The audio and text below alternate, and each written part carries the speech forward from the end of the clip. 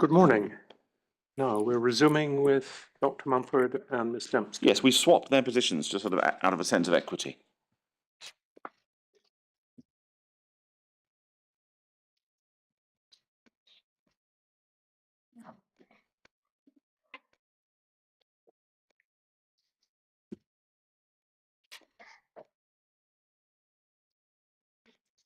Good morning, Ms. Dempster. Good morning, Dr. Mumford. No, Mr. Mendendorf. Thank you, Lord. Good morning. This morning I want to look at root cause analysis as a topic, and I should perhaps explain why I want to ask these questions. We've had evidence from Greater Glasgow and Clyde, particularly from the IMT minutes and from Pamela Ioannidis, about root cause analysis being carried out in the latter part of 2019 for a number of cases. We've also had evidence from the expert panel of the case notes review that they were carrying out something that amounts to some extent to root cause analysis. I think it's fair to say that neither group necessarily think the other one is doing it right. I don't want to put to you the details of what they said because that will take too long, but I would like to understand what it is that you think, both of you, root cause analysis actually amounts to in substance, so that we have a point of reference when we look at the different positions expressed. So, Ms. Dempster, could I perhaps start with you? What do you think root cause analysis is in the context of BC? It's a process that's commonly used in England that was introduced really on the back of, for infection prevention and control, on looking at cases of MRSA. So it's a very structured process that you go through to look at the patient's journey. Not just one event, what caused the MRSA, but the whole process. So you would define the problem. What's the problem? We've got a patient who's got infection A, B, or C. Then you would collect all the relevant data that you've got. And I say data, but I mean clinical records. It could be laboratory results. Well, could we perhaps get a complete list of what you might collect? You would have to, probably a step before that is to get the right people in the room. So Right. This is a process that's best done in real time. So if I've got the patient with an infection, I would want the clinician, the consultant in charge of that patient to do the root cause analysis, the ward sister or manager, whatever title you like to call them. You might have an antimicrobial pharmacist, you'd have an infection control doctor, maybe an infection control nurse, relevant people who've actually provided the direct care for that patient. And then you would look through, so you would start with their notes when they were admitted, a kind of timeline of the care of the patient. Then you would look at perhaps different interventions. So if they had for example, a Hickman line put in, you would look at where the line was put in, who put the line in, how did they put the line in, did they follow the correct procedures? Excuse me. So it's following all the care of that patient. And then you look at, why do you think they ended up with the infection? What could be the cause of that infection? And then perhaps you're going to say, we think it might be a line infection, but you always ask yourself again, but why do we think it's a line infection? It's a constant iterative asking of why, Yes, why. Why. The 5 whys, classically, we would have used. But So why 5? I think that's the structure, well, certainly that's my personal, Yes. the process we used to advocate from the NHS England side of things. But And when you say 5 whys, it's not 5 different whys, it's just, why did that happen? Well, if that's happened, why did that happen? yeah, so was that because you had no staff on the ward? Well, why wasn't there any staff on the ward? Well, because they were all off sick with, but so it's asking. Well, why were they all off sick? Yeah. Oh, and it's actually because there was a big problem, or we had agency staff.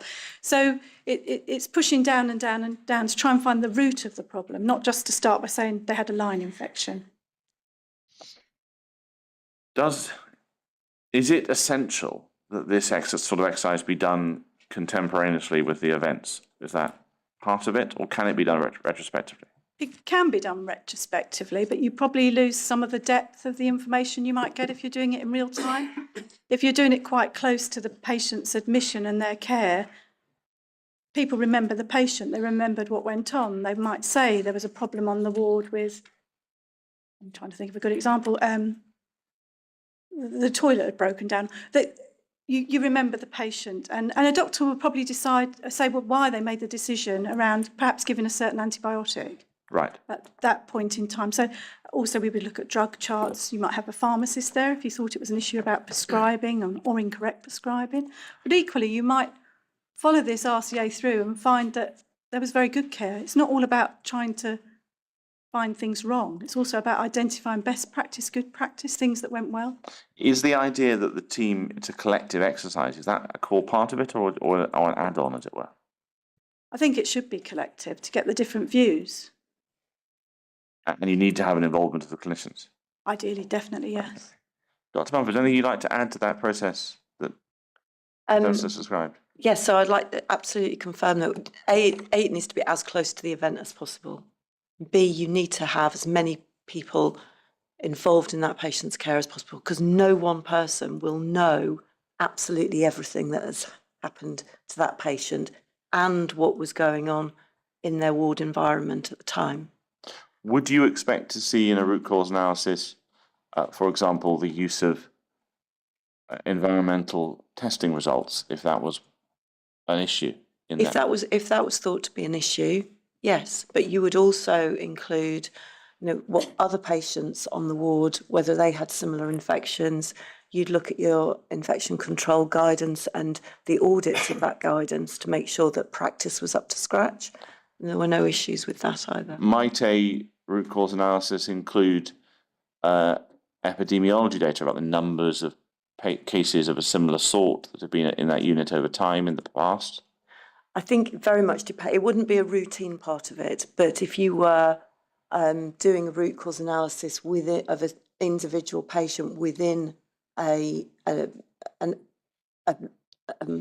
period of increased incidence of a particular infection, then you may well look at the epidemiology. And certainly if you're looking at where you've got several different patients on the same ward with a similar infection, you would look at their pathways too, and whether or not they have crossed over, or if there was an opportunity, whether there was any shared equipment and that kind of thing, to see if there was any opportunity for infection to spread between them. Might there be a role for the various typing technologies of connecting different bacterial samples to each other?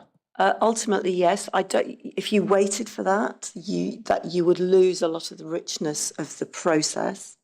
So that would be done more as a confirmatory process later, rather than something that would be imperative to have as a detail within the root cause. And what's your take on why there are 5 whys? I think it's because it's thought that if you ask why 5 times, that you usually get to a sufficient level of granularity. And if you keep asking the whys and you can't ask another one, then that's the root cause. Right, it's sort of the opposite of a toddler continuously asking the questions. Yeah. Right. That I think might be helpful in a sense. It might be complete. Yes. Would it be possible for 2 root cause analysis exercises to come up with different answers? On the same facts? Same facts. I think depending on the knowledge that each group doing the root cause analysis had, and the information they had access to, potentially it could. I'm not going to ask the question of Ms. Dempster because she was involved in the case notes review exercise. I just limit it to yourself, Dr. Mumford.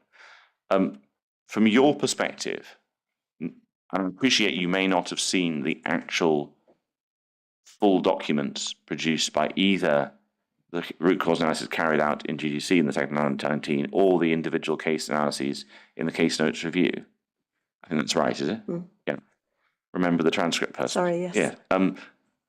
Do you have any views about whether either, neither, or both of the exercises that we have heard about had features or were root cause analysis exercises?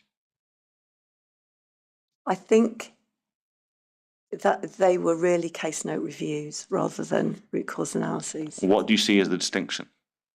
They can be the same thing, but they often, but they can also be quite different. So often you don't, in a case note review, you have the case notes and you have paper and you have data, but you don't have the people who will provide that additional information. I think I've seen a couple of root cause analyses related to cases within the inquiry, and they don't have the detail that I would expect. So they don't have the detail of the entire patient journey. It kind of very much focuses right from the beginning on what the hypothesis is. You shouldn't go into a root cause analysis with a hypothesis, apart from, we have to find out how this patient acquired this infection. If you have a hypothesis when you go into it, you bias the whole process.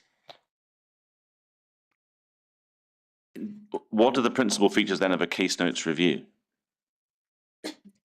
Well, a case note review, if it's a purely exercise and data process, would be looking at what has been documented, and it's a case to some extent of if it isn't documented, it didn't happen.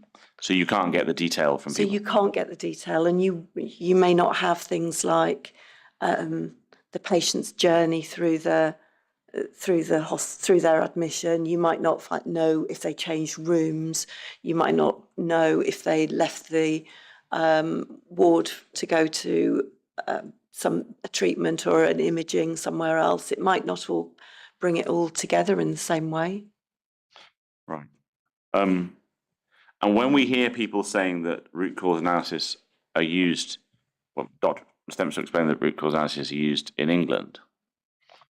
Well, not so much anymore because we have a new process now. What's the new process in England? The new process is called the Patient Safety Incident Framework. It's Right. PSIRF. Sorry, and can you give me that again? Patient Dr. Safety Incident Review Framework. Patient Safety Incident Pasita. Review Framework. Framework, yeah. Thank you. So that was only introduced earlier this year, How does that work? and it's based on something called an after-action review. So an after-action review is where you say, this has happened. This patient had the hip put in the wrong side, so had the wrong hip replaced, for instance. And then you say, what should have happened to this patient? And you go through the pathway and the process of exactly what should have happened to that patient in a perfect world, and how they would have gone from being brought into the hospital to having the surgery, and all of the processes in between. And then the second question is, what actually happened? So you do the same exercise, but you look at exactly what happened to the patient. And you do both of those things by continually asking the same question. So you repeat the question over and over again. So what should have happened? What did happen? To every person in the room. So you get that multidisciplinary team into the room and you ask them the same question. And then you get a kind of amalgamated answer. And then you say, how did it go wrong? So how did this go wrong? And you look at each stage and you identify across what should have happened, what actually happened, what the difference is, and was it preventable? Why did that happen? So was it because an X-ray was put up the wrong way around and everyone thought they were looking at the right hip when actually they were looking at the left hip? That kind of, that doesn't happen. Shouldn't happen. But it's that kind of process where you look at absolutely everything. Who said what was documented, what's everybody's recollection of the event. And to do that, it's really important that we have everybody who is involved in the room at the same time. So this can be quite time consuming. It can be, but it should also be as contemporaneous with the event as you can possibly get it. so that it's fresh in everybody's minds and they understand. Is there a particular reason why you ask the same question of everybody? Because everybody might have a different recollection, and you need to, and everybody has a different point of view. So the nurses might have a different point of view of what's supposed to happen to patients from the doctors, and the nurse will know more probably about what was supposed to happen to the patient than the doctor will. And so when you get the two together, you get a richer picture of actually what should have happened and what did happen. I suppose what I'll do is I'll go back to Ms. Dempster and come back to you, Dr. Mumford. These two mechanisms of a root cause analysis and this new English system, how do they compare to the way you've seen IMTs work in this hospital? Because there's a certain amount of considering what's happened, hypothesis, working out what to do, happening with lots of people in the room, contemporaneous to events. How do these processes compare to the way that the IMTs appear to have been operating in Glasgow? I think they're distinct processes. Brilliant. The IMT is not doing an RCA. So an RCA is about, or the case review is about a patient, an individual patient. And so this exercise has to involve, it wouldn't necessarily involve, for example, people from estates and people from higher up in the organisation. It would be a clinician-focused exercise. It would be, but if you found, you might need estates in the process if there was a failure in the ventilation in that room that the patient was in. So sometimes you might have started to do whatever review you're going to do, whatever you call it, and then as you begin to investigate, you think, actually, this is due to a failure of, I don't know, it could be the heating was down and somebody, you then might think, actually, we do need to seek the advice from somebody else and ask the questions of them, what went wrong. Anything you'd like to add to that, Doc?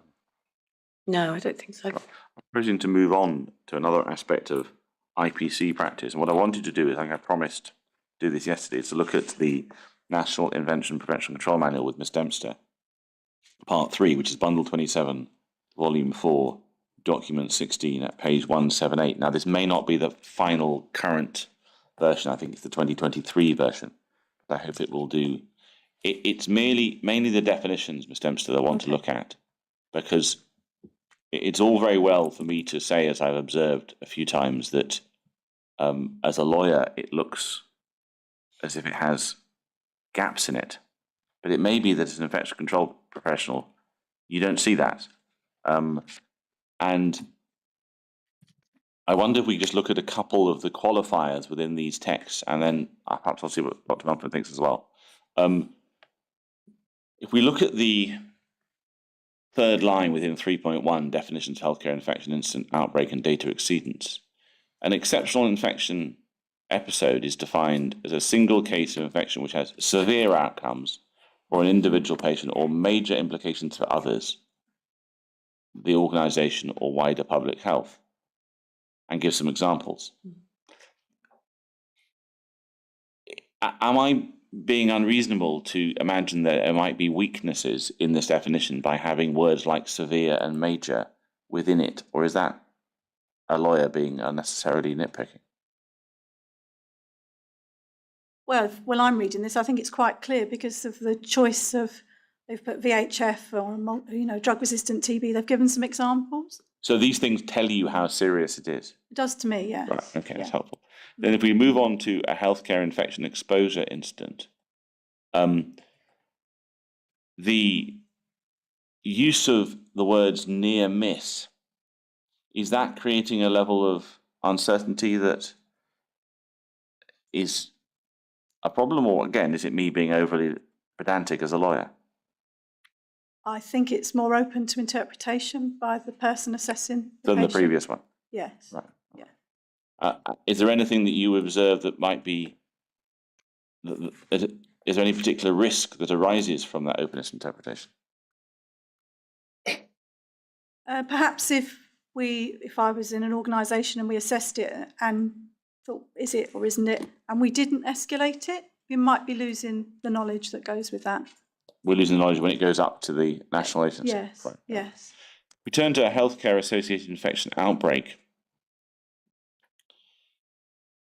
it's defined as the first of two definitions, 2 or more linked cases with the same infectious agent associated with the same healthcare setting over a specified time period. Again, I want to check whether I'm being overly pedantic or not. The first is the specified time period, which hasn't been specified, which seems strange. And the second one is linked, because presumably this decision is being made at the beginning of an investigation when you wouldn't know things were linked. Again, am I being unreasonably pedantic, or is there a point there? I think the period of time is probably, if we're thinking about different infections, have different incubation times. So if it's a norovirus outbreak, we'd expect a quick, short one, and we would be saying, I think this is viral, we're going to look at 24 hours, 48, whereas if we were looking at a case of TB, we might be looking at months. So I think it's very hard for the manual to write, you must do it in, look at 10 days, 28 days, 100 days. But I think what if I was in the position of the lead, we would rather escalate something as suspected and then de-escalate rather than waiting to prove they were linked. So we would probably act, well, I would have acted on, we escalate at the time of suspicion, and then if we did the investigations, we could then say, actually, we don't think these two cases are linked. Are you being overly perfect here? I mean, if you look across NHS England, an organisation you obviously had some responsibility for, is it generally the case that infection control teams were escalating things on a which perhaps they didn't have to, and then de-escalate them? I think it's frequent internally for an organisation to start thinking this might be a link, there might be cases linked. We have a different way of escalating. But you would internally say, we've got something going on ward X. We think these cases might be linked. We'll hold our incident outbreak meeting, you call them PAG, whether you call them an IMT, and then start investigating, assuming they're linked. But we wouldn't have a problem, and Sarah will obviously come in on that. It's quite okay to escalate up, and then people know what you're doing, why you're doing it, and then actually at the end of the day say... I'm going to come back to the question related to that, but I want to just go through to the end. Okay. Then, in the second definition, a higher than expected number of cases in a given healthcare area over a specified time period. Again, it's higher than expected, given a healthcare area, specified time period. I'm assuming the specified period is the same sort of issue as the previous one. It would depend on the organism. Yeah. And also, what's the expected number? Is it okay to say we have 10 cases of C. diff a month or not? So again, I suppose it's how you set your limits internally. And does it get back to the what is an unusual infection thing? Well, again, you probably, if you had one case, you wouldn't be, it wouldn't meet. Because one of the things I've noticed in this inquiry is that we've got a lot of cases where there's one case in a quarter or one case in a year, one extreme case, one case in 3 or 4 years. And should one assume that one case in a very unusual infection should trigger this limb? Well, yes, if you've never ever had a case of something, you would. Okay. And then a data exceedance, healthcare infection data exceedance. This gets into the background rate which we've discussed with Dr. Mumford. But am I right as a lawyer to be suspicious of greater than expected and usual background rate because they seem to be rather open to interpretation, or is that being unfair? I think it is open to interpretation, and you could have a very high rate, which isn't acceptable. So can you explain that? You mean a high rate that wouldn't... Well, I could say, oh, it's quite okay in my trust. We have 10 of those a month all the time. So therefore we don't report them? So we don't report them, yeah. Whereas if I was another health board, I should be saying, shouldn't I? We have 0. They might say, we've had 1. We're really worried. Right. So people might get inured to something happening which they shouldn't be relaxed about. Yes. Right.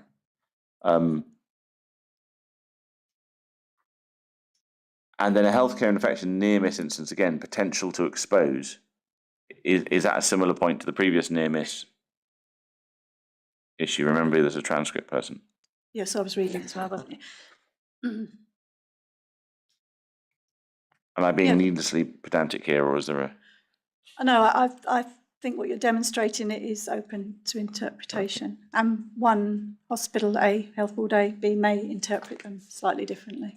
I don't know if behind this does sit a list of what's agreed. Well, indeed, and I'm not asking you on that basis. I'm just taking a top level view. Then final one, a healthcare infections that should be suspected if there is. I'll come to Dr. Mumford in a moment. A single case of infection which there's been previously no cases in the facility. Now, you've mentioned that these examples are important. What happens if you have one case of an unusual infection in year 1 and a second case in year 2? Is there not a risk that it can fall between a healthcare infection data exceedance?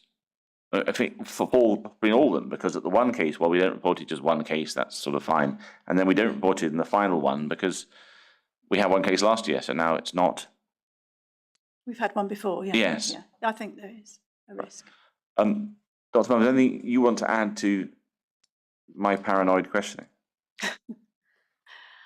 I think overall the questions are very, very loose.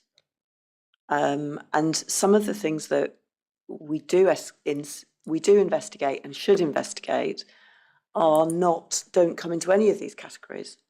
So I'm thinking if you have a patient who had measles, for example, who sat in your A&E reception area for a couple of hours waiting to be seen because nobody realised it was measles, that would be an infection incident that you would have to then go and investigate. It's not an infectious disease of high consequence, so it wouldn't really come into your exceptional infection episode, and it doesn't come into anything else. So this isn't a fully comprehensive list. So, and I think the people working with it need to appreciate that it's a framework, but it's not everything. And personal judgment or team judgment has to come into whether or not you investigate something. The question I was going to come back to you, Ms. Dempster, was you mentioned your view that in the different English system, hospitals might report and then de-escalate. Yes. Now, I'll be corrected, I'm sure, if I'm wrong, but in the Scottish system now, all cases that are taken to a PAG end up being reported, because if they're assessed as a green, they still get reported. Mm-hmm. Do you have any view about whether a system where as soon as you go to a PAG, it's reported, creates a reluctance to even have a PAG? Or is that being overly suspicious? I think it's, if, for example, you've got a case of something in your hospital, to actually talk to your colleagues in HPS is actually helpful anyway, because they might actually have a wider picture, a wider view, and say, it's interesting you're telling us about this case because we've actually seen something happening in St elsewhere. So sometimes it's also about the bigger picture. You seem to be approaching this on the basis that reporting is a good thing. I do, yeah. I think reporting is a good thing, yeah.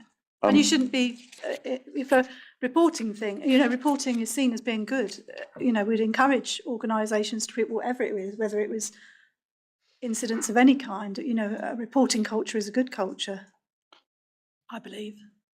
Dr. Anything you want to add to that? Or? No, I think that's quite right. I think a reporting culture is a good culture, so that you report no harm or minor harm, as well as moderate, severe harm. I think, and again, Linda's absolutely right about that discussion with other organisations. I've reported two episodes of a certain infection to our local, it's now the UK HSA, and they've said, oh, that's strange, because we had another one from one of the other hospitals and tied it together, and there was a massive outbreak associated with it, which had gone completely undetected because they hadn't been able to join the dots because not all the cases have been reported in. So, and it's not a formal reporting, it's an informal reporting. But coming back to the point about the escalation, I think there are the internal way of going through a process and then deciding whether to step something down or escalate it higher up is really important. And actually having to report everything externally rather than having really good interrogatable systems internally, it does create that kind of top-down management thing that actually you lose a little bit of the autonomy because you're having to follow this process which always externally reports something, and being able to develop those systems internally, not just about infection control but wider, and then being able to look at your own data and work out your own trends and be able to see what you need to work on. I think that's absolutely invaluable. Because do you see it's important to remember that you need to have local autonomy within the health system to ensure that service is delivered effectively? Absolutely, yeah. And I think that's what we wrote in our reporting section in the report, was you have to have an open and transparent way of reporting things, but there's internal reporting as well as external reporting, and internally you can manage most things without having to take external advice, or you should be able to, because you have the expertise. Especially if you're a big organisation. Yeah. What I'd like to do is to move on to a question which I'll direct initially to you, Dr. Mumford, and then see if Ms. Dempster has any comments. Relates to the use of epidemiologists inside infection prevention control teams, and a couple of questions that arise from that. So obviously you've worked with Mr. Mukherjee on this inquiry. Had you worked with him before? No. No. Before you met him, had you met an epidemiologist embedded within an infection prevention control team? No. Do you have one of your own in medicine? No. I have a data analyst who crunches numbers for me, but they don't do epidemiology. Do you think there's any advantage in having such people in teams? Now that you've met Mr. Mukherjee and talked to him over a number of years, do you see there's an advantage or disadvantage in having these sort of people embedded in teams? I think it's useful to know the phone number of one, and I will definitely be thinking that I will go and ask Mr. Mukherjee to do some work for me if I have an issue in the future. But to have somebody embedded in every local organisation, I don't think is feasible. This would be expensive. Expensive, and I think they'd spend quite a bit of time not doing epidemiology as a result. Right. I wonder whether you would willing to comment on whether the level of comparative epidemiology carried out by Mr. Mukherjee is actually required typically or regularly during the management of hospital infection outbreaks.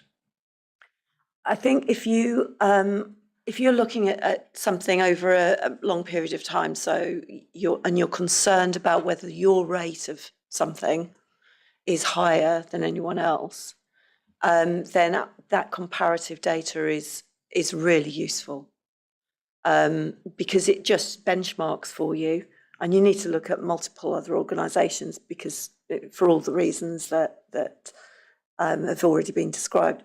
But having that baseline, and in fact, my chair at when you say baseline, is that an internal baseline or external baseline? No, an external baseline. So an expectation, and some of this is governed by national, the mandatory data. There is a national benchmark, so national mean is published of all of the organisations submitting data, so that everyone knows kind of I'm a little bit above the mean, I'm a bit below the mean, or I'm doing really well, or we need to do some more work on this. And I think that benchmarking is really important, because you can get caught up in, well, actually we're a bit better than we were last year, but we're still a bit rubbish, or we've got 2 cases more than we did last year. Oh my God! Well, actually, you're still really well below the baseline, so it's just normal variation.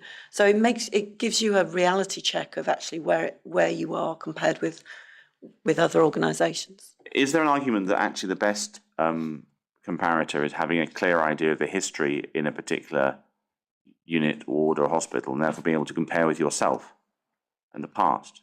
No, because how do you know that your previous performance is good enough?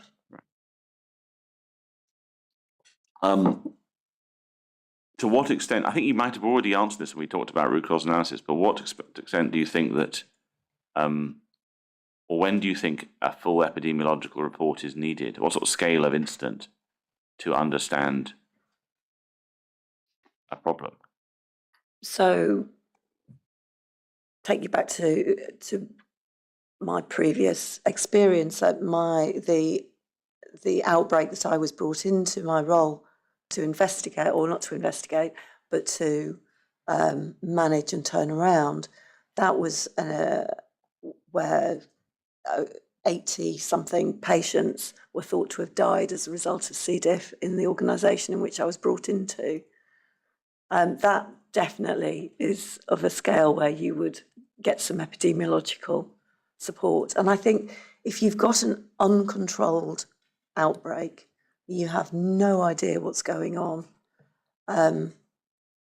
then a bit of support can help, but you can do a lot yourself as well. I mean, just plotting on a graph, the number of incidents and where they are, and watching that over, looking retrospectively and seeing that over time can be enormously helpful without having to resort to a full-blown epidemiological study. You explained that it might be appropriate in a big case, big outbreak.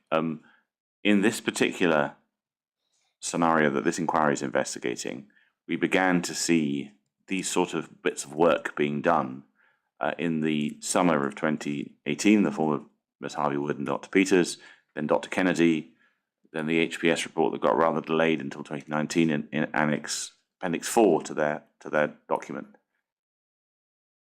Was that the right time to start doing that work, or should it have been done earlier?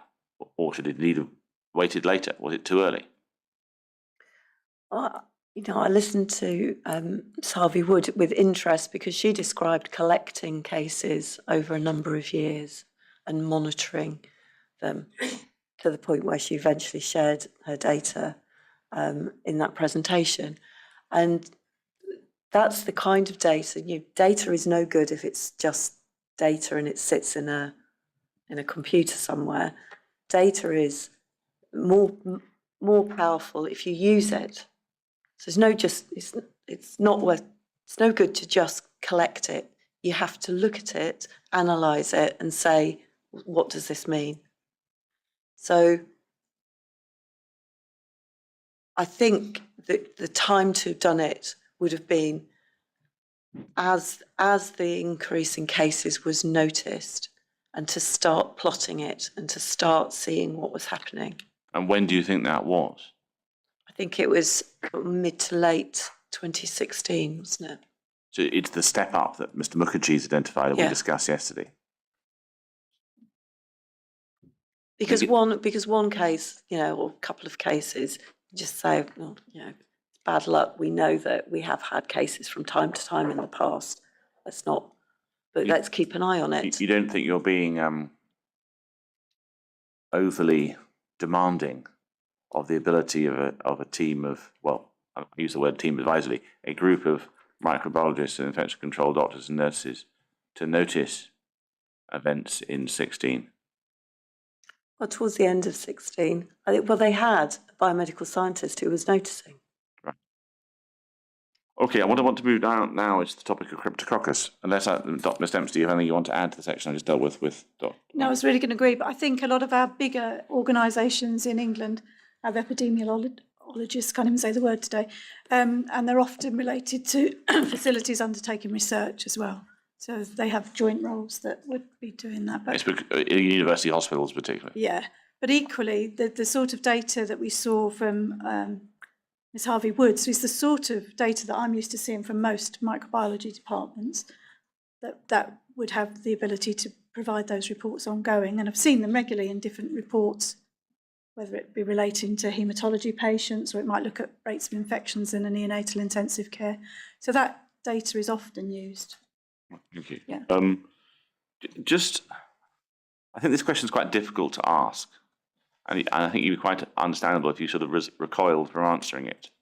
But I did notice that one of the steps that Dr. Armstrong took in 2018 was to ask for help from public health to understand what was going on. And she spoke to Dr. Kestecker, and she instructed Dr. Kennedy to get involved, to start attending IMTs, and he ultimately produced his first report in 2018.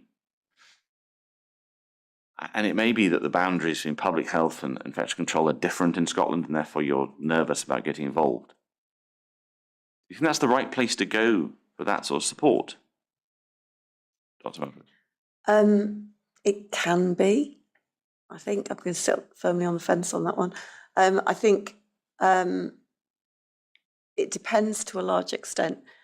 One of the problems with public health professionals is they are very much out with the acute hospital service.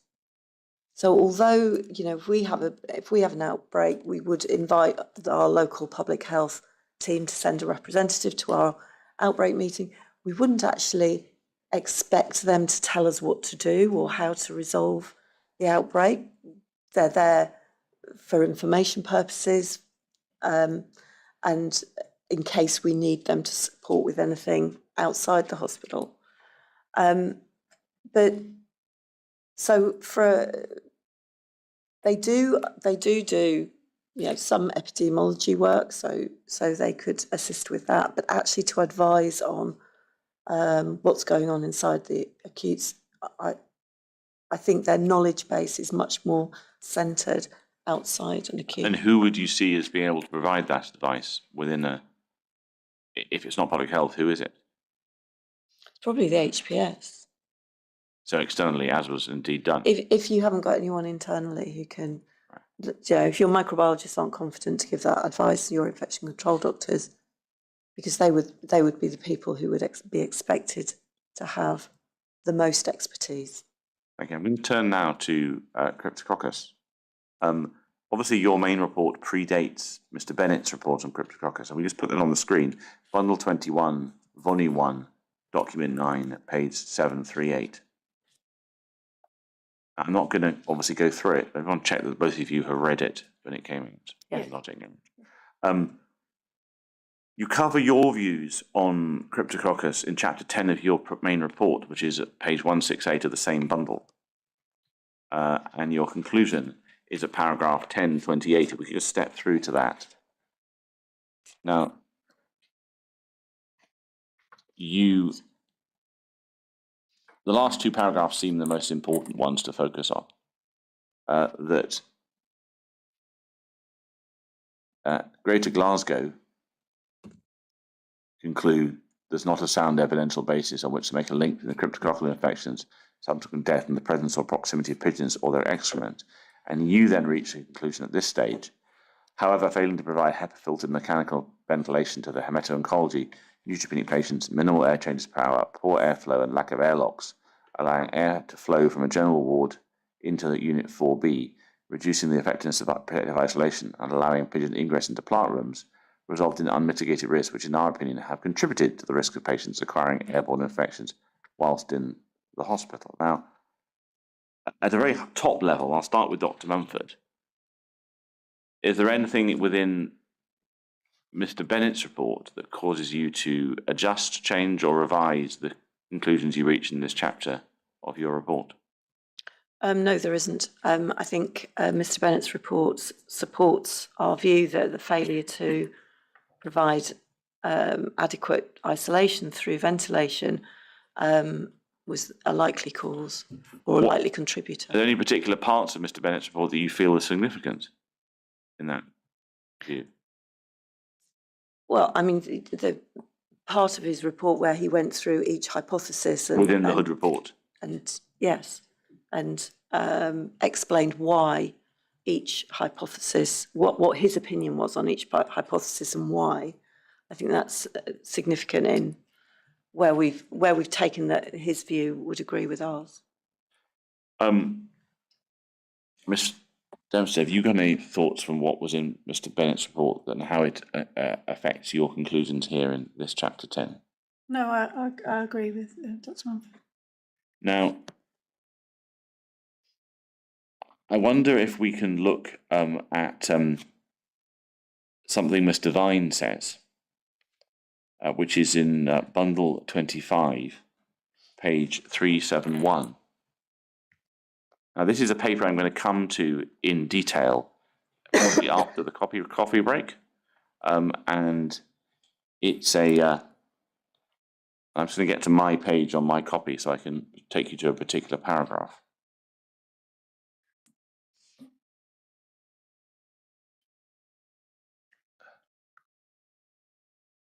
So this section deals with Mr. Vine's take on the expert advisory subgroup, which is Professor Hood's report. And if we go over the page onto the next page, sorry, if we go back the previous page, have you had an opportunity of reading this section before? Yes. What I want to wonder is, looking at this analysis of Professor Hood's reports, do you recognise Professor Hood's conclusions in this section, Dr. Mumford? So which paragraph are you? It's the Bottom three. The bottom three.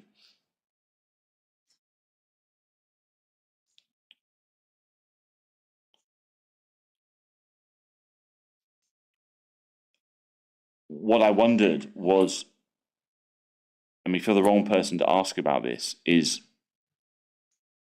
if you see at the top of the screen at the moment, the short paragraph, the report's rationale to why it considered latency to be the most likely hypothesis summarized below.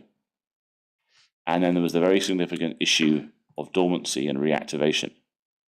And the most probable hypothesis included in the report was from the subgroup was the patients acquired cryptococcus prior to their admission, and the infection lay dormant until their immune system was sufficiently compromised. The literature review supports the hypothesis. However, as reported in many other cases within the literature, due to the length of time this may have elapsed since first exposed and the complexity of how reactivation occurred, this is very difficult to prove. And I wondered if you felt that was an accurate statement of the conclusions of the Hood report. It is. I mean, it is very difficult to prove acquisition and the timeline to symptomology. But I wondered if we go back to your report and your paragraph 1028. To what extent, I have to phrase this carefully, there have clearly been 2 deaths, and so one must be careful about how one talks about these.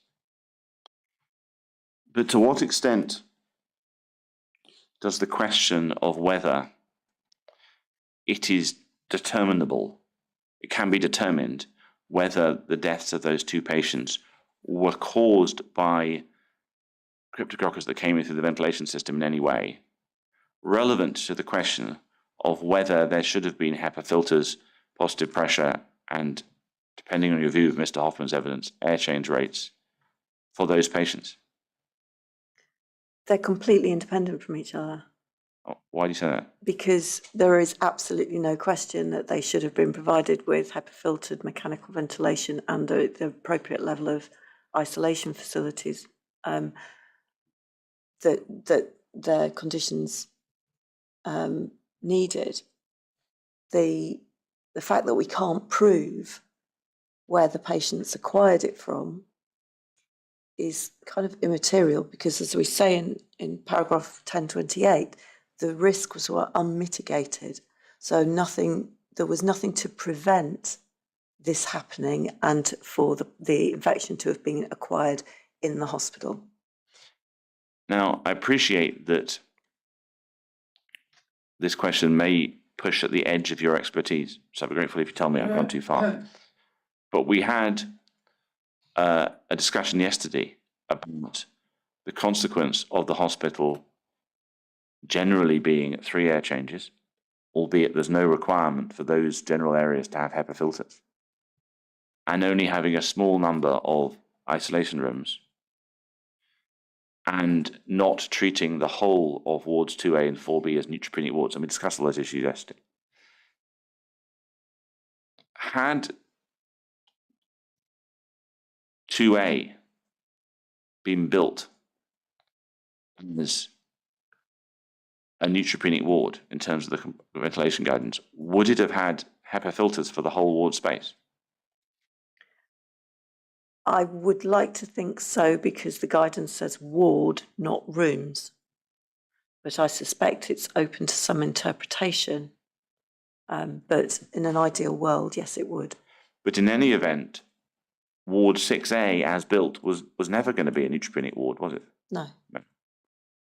And outside Ward 4B, there were no other HEPA-filtered spaces, and the individual isolation rooms in intensive care. There were no other HEPA-filtered wards in the hospital. No. Do you have any comment about whether the limited number of HEPA-filtered spaces for patients in the hospital might have contributed to these patients being in non-HEPA filtered spaces?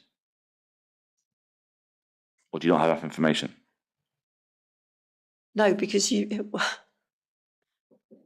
you want to? Would you like to rephrase that? Because I think you just asked if not having HEPA filtration widely is contributing to patients not being in HEPA filtered spaces. Well, I'll rephrase it because that question didn't quite come out right.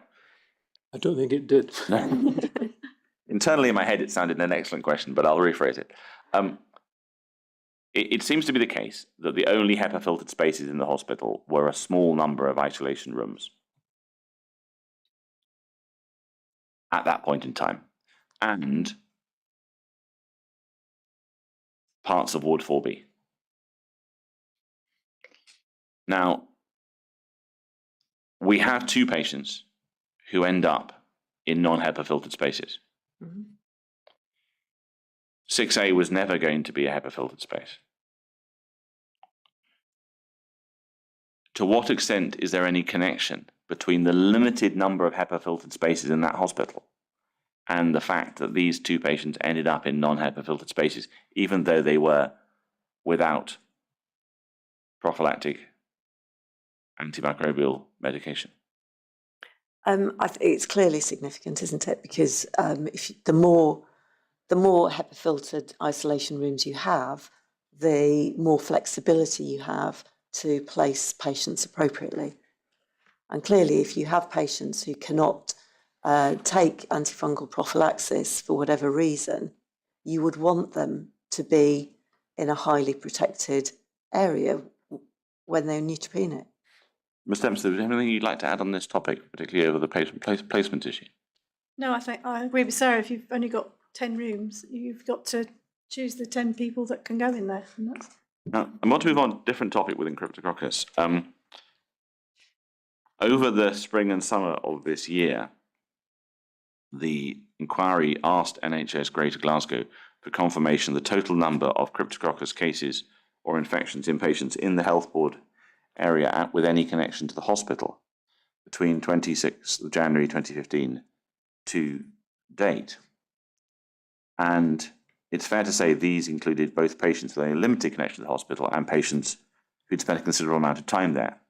And these are summarized in various notes within the papers, one of which you've seen and commented on, which includes both the patients who unfortunately died, but also includes other patients in 2019 and in 2020. But there's a new document which I don't want to put on, which I'll put on the screen, which is Bundle 24, Volume 2, Document 208.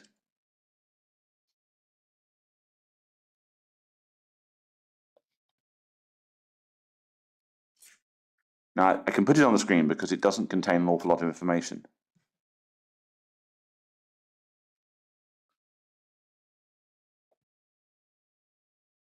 Nope.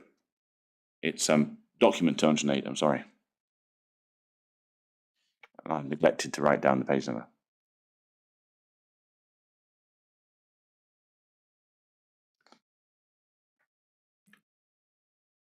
Yes, it's on the different version that was uploaded 2 days ago. Perhaps we'll come back to this topic once we've found the correct version of bundle 25, because we reissued this bundle to CPs. Sorry, you just said bundle 25. Are we not looking at bundle 24? 24, volume 2. So bundle 24, volume 2. There's a document 208, my lord, which is not in this version. Mm-hmm. And what we'll do is we'll come back to that after the coffee break. So I'll park that topic and return to that once the correct version is there. I wonder if I can take that off the screen and take you to bundle 25 this time, page 364.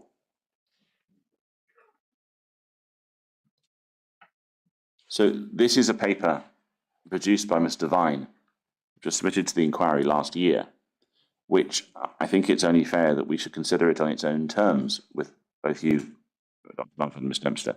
And if you see in the top paragraph, in the third line, it says, the sequencing of organisms within the clinical cases environment is explored in reports elsewhere. However, this paper aims to describe what indicators we have that can provide some assurance that patient outcomes on this campus were as expected, or in some instances better than expected.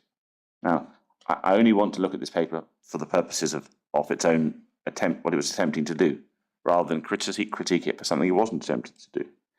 Firstly, is the issue that we're dealing with, that you've been asked to deal with in the inquiry, about patient outcomes on the campus as a whole, or is it a more focused subset of the campus?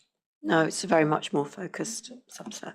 Now, what do you understand the patient group that this inquiry is focusing on, and what your work is focusing on? The patients who are what we called the Schihalian cohort, so patients who were inpatients or day cases on Ward 2A, 2B, and subsequently 6A, 4B.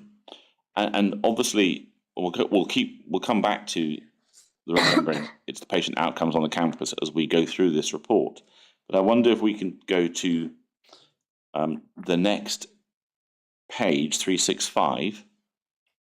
We have a heading, social deprivation. Have you read this report? I'll turn to Ms. Dempster first. Have you read this report, Ms. Dempster? Yeah. There is a suggestion just at the top of the next page that high levels of ill health, if we go back to the bottom of the previous page, I'll read the whole sentence. Compared to the population as a whole, illness in itself requires contact with healthcare, and we know that anyone who receives medical care, I'll read the whole paragraph, go back again. Comparing rates of illness across boards has always been problematic in Scotland because it has a diverse socioeconomic spread. Patients from Greater Glasgow are more socially deprived and therefore have poorer health outcomes due to factors such as smoking, alcohol, drug use, etc., compared to the population as a whole. Illness in itself requires contact with healthcare, and we know that anyone who receives medical care is at greater risk of infection. Over the page, please. It would therefore follow that areas with high levels of ill health may also have higher rates of healthcare associated infection. Now, Ms. Dempster, is that a familiar analysis that you've come across before? No. I think, particularly in the context we're dealing with, we were dealing with a cohort of children who came from the whole of Scotland, not just from a small area, I'm saying a small area, and one health area. So deprivation does play in, obviously, to ill health and health outcomes with groups of patients. But I don't think when you're running the national service, you're taking children from all kinds of areas, I assume. But if we recollect that the paper's author is referring to the campus as a whole, yes, and not the Schihalian unit, in terms of the role deprivation might play in healthcare-associated infections, is that something that you've come across as a topic for consideration in NHS England?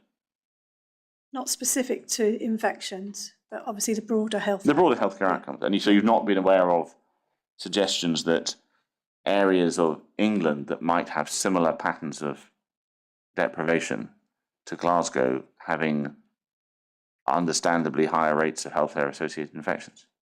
No. Anything like that? I have to say I have some difficulty in following the rationale here. if we are considering a particularly vulnerable population in any event, and focusing on the Schiehallion unit, I think I can understand that social deprivation has an impact on disease experience, because those suffering from social deprivation are likely to be physically less able to deal with disease. I mean, I assume that that's very broad brush. Dr. Mumford, is that something that's broadly something that's understood, or are we out of date? And just to finish, I just have a little bit of difficulty of transferring that, no doubt, accurate observation to a population which their primary vulnerability is by being immunocompromised, is likely to be much more important than other health problems resulting from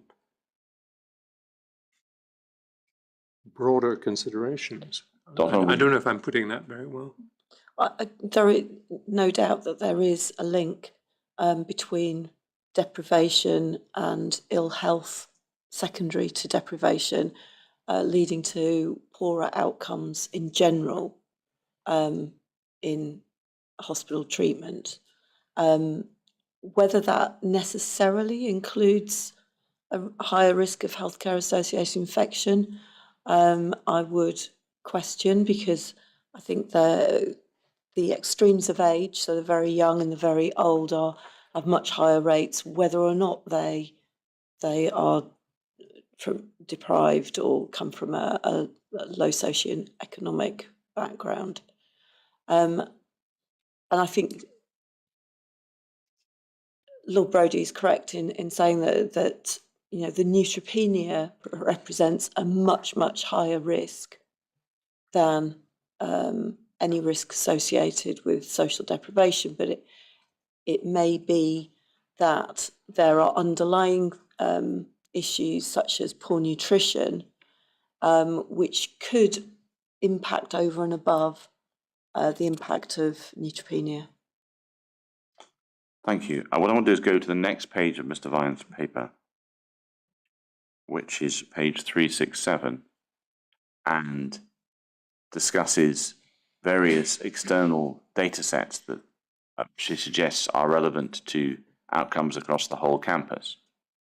And I wondered whether they're relevant to the issue that you were asked to investigate, the two of you. And so the first one, the National Point Prevalent Study of Healthcare Associated Infection and Antimicrobial Prescribing from 2016. This is described. I don't think you've actually seen the report itself, have you, Dr. Mumford? No, but I'm familiar with the survey because we do it in England as well. Right. So what relevance does this point prevalence study have to the issues that we asked you to investigate in terms of infection link for the Schiehallion group? I think it's important to understand the methodology of how the National Point Prevalence Survey is run. So point prevalence is a really important phrase because it's a point in time. So although the data collection for the survey can be over 2 or 3 months, each clinical area is looked at for 1 day. So whichever ward you're doing that day, that's the ward where you look for infections present on that day, for antimicrobial use on that day. And then that data is set. And then next day you'll go to another ward and do the same exercise.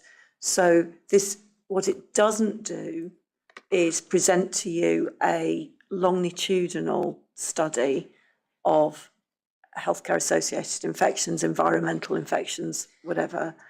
It's literally a 1 day on each ward.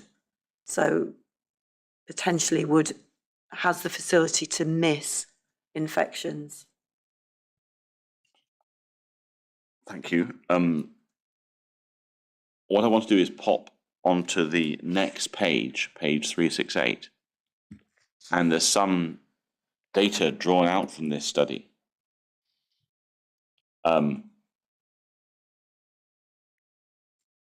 The second paragraph on this page begins: the overall prevalence of hospital-acquired infections in the Queen Elizabeth Hospital during this survey was 4% in 2016. The national rate was 4.5%. QH is some of the most vulnerable and complex patients in Scotland. Despite this, the rate was lower than the national average. Are we entitled to draw any comfort from that paragraph, Dr. Malcolm? Yeah, you can probably derive some, but I take you back to my previous answer. This is a 1 day per ward, and you can therefore depends which patients are in that ward. I mean, suppose you went onto a surgical ward on a Monday where every patient is pre-op rather than post-op, you wouldn't have any infections. Whereas if you went at a later date, you might find some. Isn't there something in the fact that this is a whole hospital result? Yes. And we weren't looking at the whole hospital? No, we weren't. No. The second paragraph,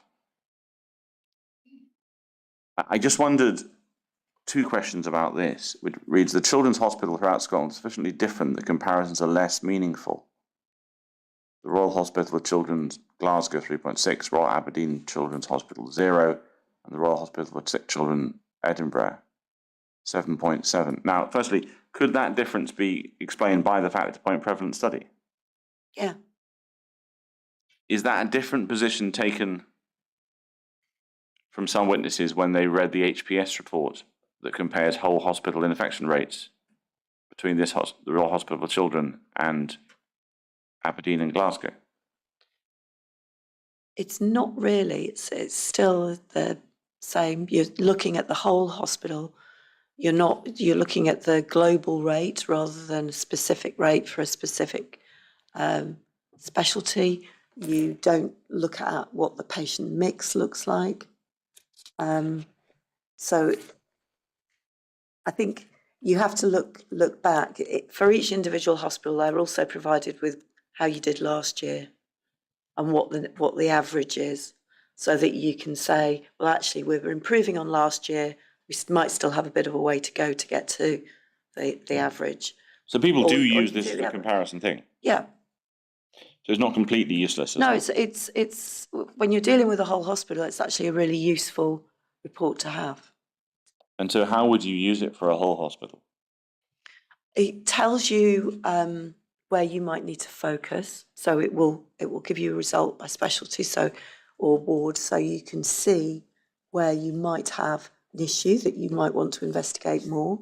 If one area is higher than the others, I've got 2 hospitals. It'll tell me the comparative rate between my 2 hospitals and whether or not there's some work that we need to do to investigate that further and see if that is a thing over a longitudinal period of time rather than just a point. So it's helpful in the way that, but in itself, it's a point in time. You have to then go and do more work and validate what your point prevalence survey said to the reality of what is going on in your hospital. Do you know enough to tell us whether this sentence, that the Children's Hospital throughout Scotland is sufficiently different that comparisons are less meaningful? Do you know enough to whether that's accurate? I don't know the detail of the patient populations. Before we move on to the annual operational plan target, which I can direct the questions to Ms. Dempster. Ms. Dempster, do you have anything you want to come back on about the point of prevalence study? No, I agree. It's a point prevalence study, one point in time. We'll move on to the second section on page 368, the annual operational plan targets. Ms. Dempster, is this something that has any comparison to material you're used to in England? Yes. Right. What would the English equivalent be called? I think it was called the operational plan when I left. What I wanted to do was to ask you whether you think that sort of result is relevant. It seems to be a rate for the whole health board.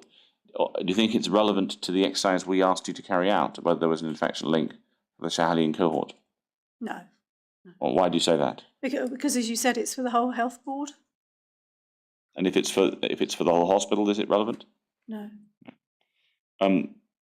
If we go on to the next page, the RHI review of AOP in the hospital itself. I'm going to ask both of you about this particular quoted text here. What relevance to Clostridium difficile, E. coli, and Staphylococcus aureus have to the work we asked you to carry out and the conclusions you've reached? Dr. None Mumford? at all, Why? because they're not environmental organisms. Anything you want to add to that, Mr. Dempster? No, I agree. We look at the RHI report from October 2019. Now, this appears to be the report which you have seen before, which is, just for completeness, Bundle 7, Document 6 and 7. That's the 2 October 2019 HPS reports. You've read those both reports in October 2019. You're both Yes. nodding. Yes. Is this a complete conclusion, summary of the conclusions from the report? Or would you feel there's anything that should have been taken from the report that hasn't been?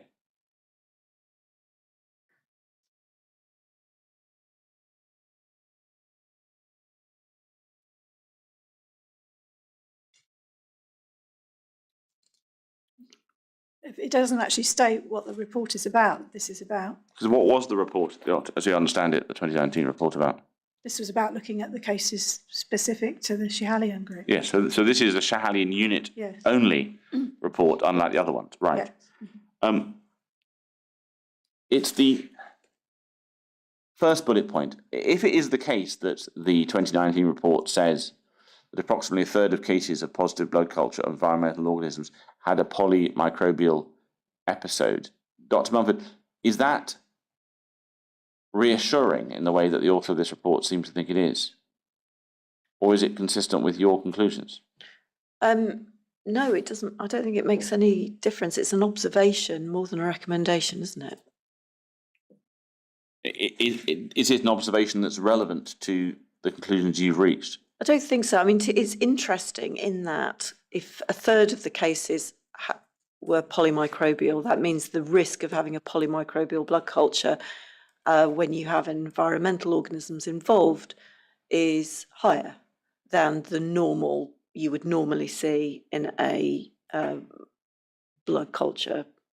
So what sort of rate of polymicrobial blood infections would you find in blood cultures? It would be low. It would be, definitely less than 5%, or possibly less than 2%. And is there any connection that one can make to having a 30%, 33% rate of polymicrobial blood cultures and particular sorts of infections? I think you could construct an argument that there was a contamination source, but I don't think you could pursue that argument to a conclusion. The next bullet point says the data presented in this report does not provide evidence of a single point of exposure. Are either of you aware of whether, do either of you think there was a single point of exposure in the hospital? Dr. Mumford? No. Any particular reason why? Because we know that the issues with the water were widespread, and it wasn't like every patient who went into room 7 acquired an infection with a particular organism. It was spread across the whole unit, and different organisms were involved. So that would preclude, unless you want to call the whole water system a single point of exposure, then that would preclude. Would that be a reasonable thing to say? I think it's using a very narrow phrase for quite a wide risk. Ms. Dempster, as far as you're concerned, what points of exposure were there in 2A, 2B, 6A? Well, we know there was obviously the water, then there was evidence about the drains of the wash hand basins. There was issues around the ventilation and mould. So what sort of issues around the ventilation mould are you referring to there? Where air sampling found, when there was cases of aspergillus and air sampling was undertaken. Okay.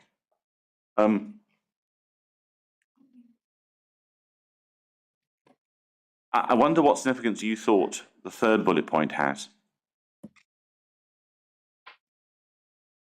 All patients within this cohort are at risk from developing gram-negative bacterium due to their comorbidities and treatment plans. Is that a source of reassurance? Which is what the purpose of this paper is, Dr. Mumford? No, I mean, I think any clinician working with that group of patients could have told you that. But it's not, they're not just at risk of gram-negative, they're at risk of all infections. So I'm not quite sure why it's there, to be honest. It doesn't tell you anything significant or new. Now, the fourth bullet point, I think, refers to the observation in the final version of the 2019 report, which we can just go to, which is Bundle 7, Document 7. And it is page 272. And it's the fifth bullet point. NHS-GDC should consider current control measures around restriction on services for newly diagnosed patients, as there is no evidence from the HPS review of the data that supports the continued restriction of services. Now, I'm going to come back to that later on today when I want to ask you a series of questions about decisions taken in 2019. So I'm proposing just to park that for the moment. If we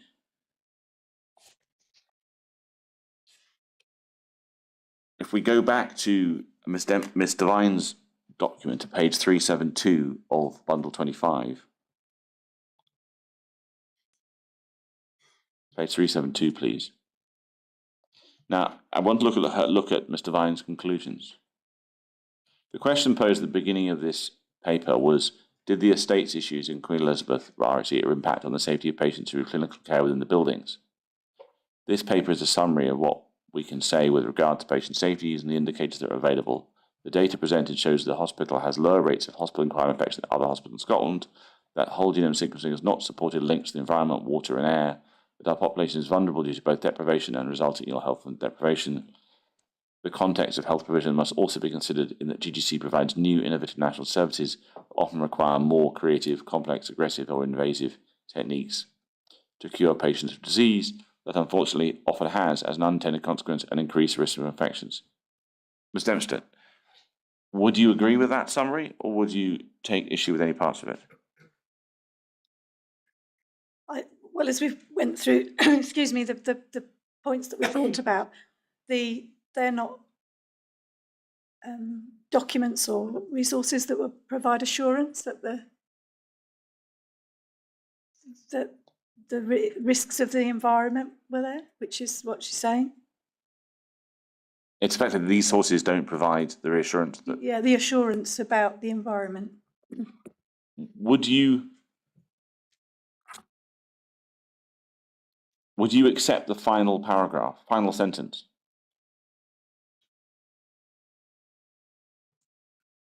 On the page, the final... Yeah, the final sentence on the paragraph I read out. Okay, sorry. The one that begins the context of health provision.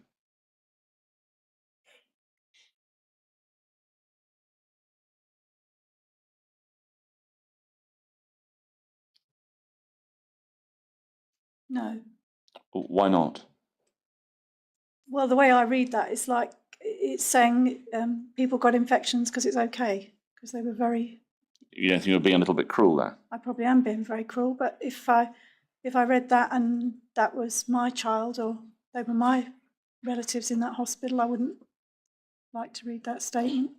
Are there, I mean, given your previous role in NHS England, are there units in England that provide equivalent national services to the Shahani unit? Yeah, well, we have specialist children's hospitals in England, yeah. Have there been similar cases of high levels of infections or suspicions of high level infections there that you're aware of? Not that I'm currently aware of. I wouldn't have that detail, to be fair, about relating to gram-negative Right, bloodstream okay, well, I won't infections, press it any further then. No. Dr. Mumford, is there any part of this, well, would you agree with what's in this summary as a conclusion drawn from the paper? No, I don't think it's answered the exam question. In what way? But it hasn't discussed the estates issues, and it hasn't discussed in sufficient detail the impact that there was suspicion that those estates issues were having on patients. So I think you're doing your quiet thing because I'm noticing Lord really leaning in. They are extrapolating positive results from the mandatory surveillance, from the point prevalence study, and saying that shows that the estates is not causing infection, and that's not the question that those those data answer. With the exception of the 2019 HPS report, what were the questions that the point prevalence study and the national mandatory reporting surveys were trying to answer? What were they trying to answer? So the mandatory reporting is specific to those organisms, and because there has previously been concern about all of them, and it holds you to a standard within the organisation, and it presents the data of where you are, and it's they do create a report annually, which is quite interesting, but not hugely useful because your data is that by that time a year old. But the point prevalence study, as I've said, is a more useful document because it provides you with a little bit more granularity of information.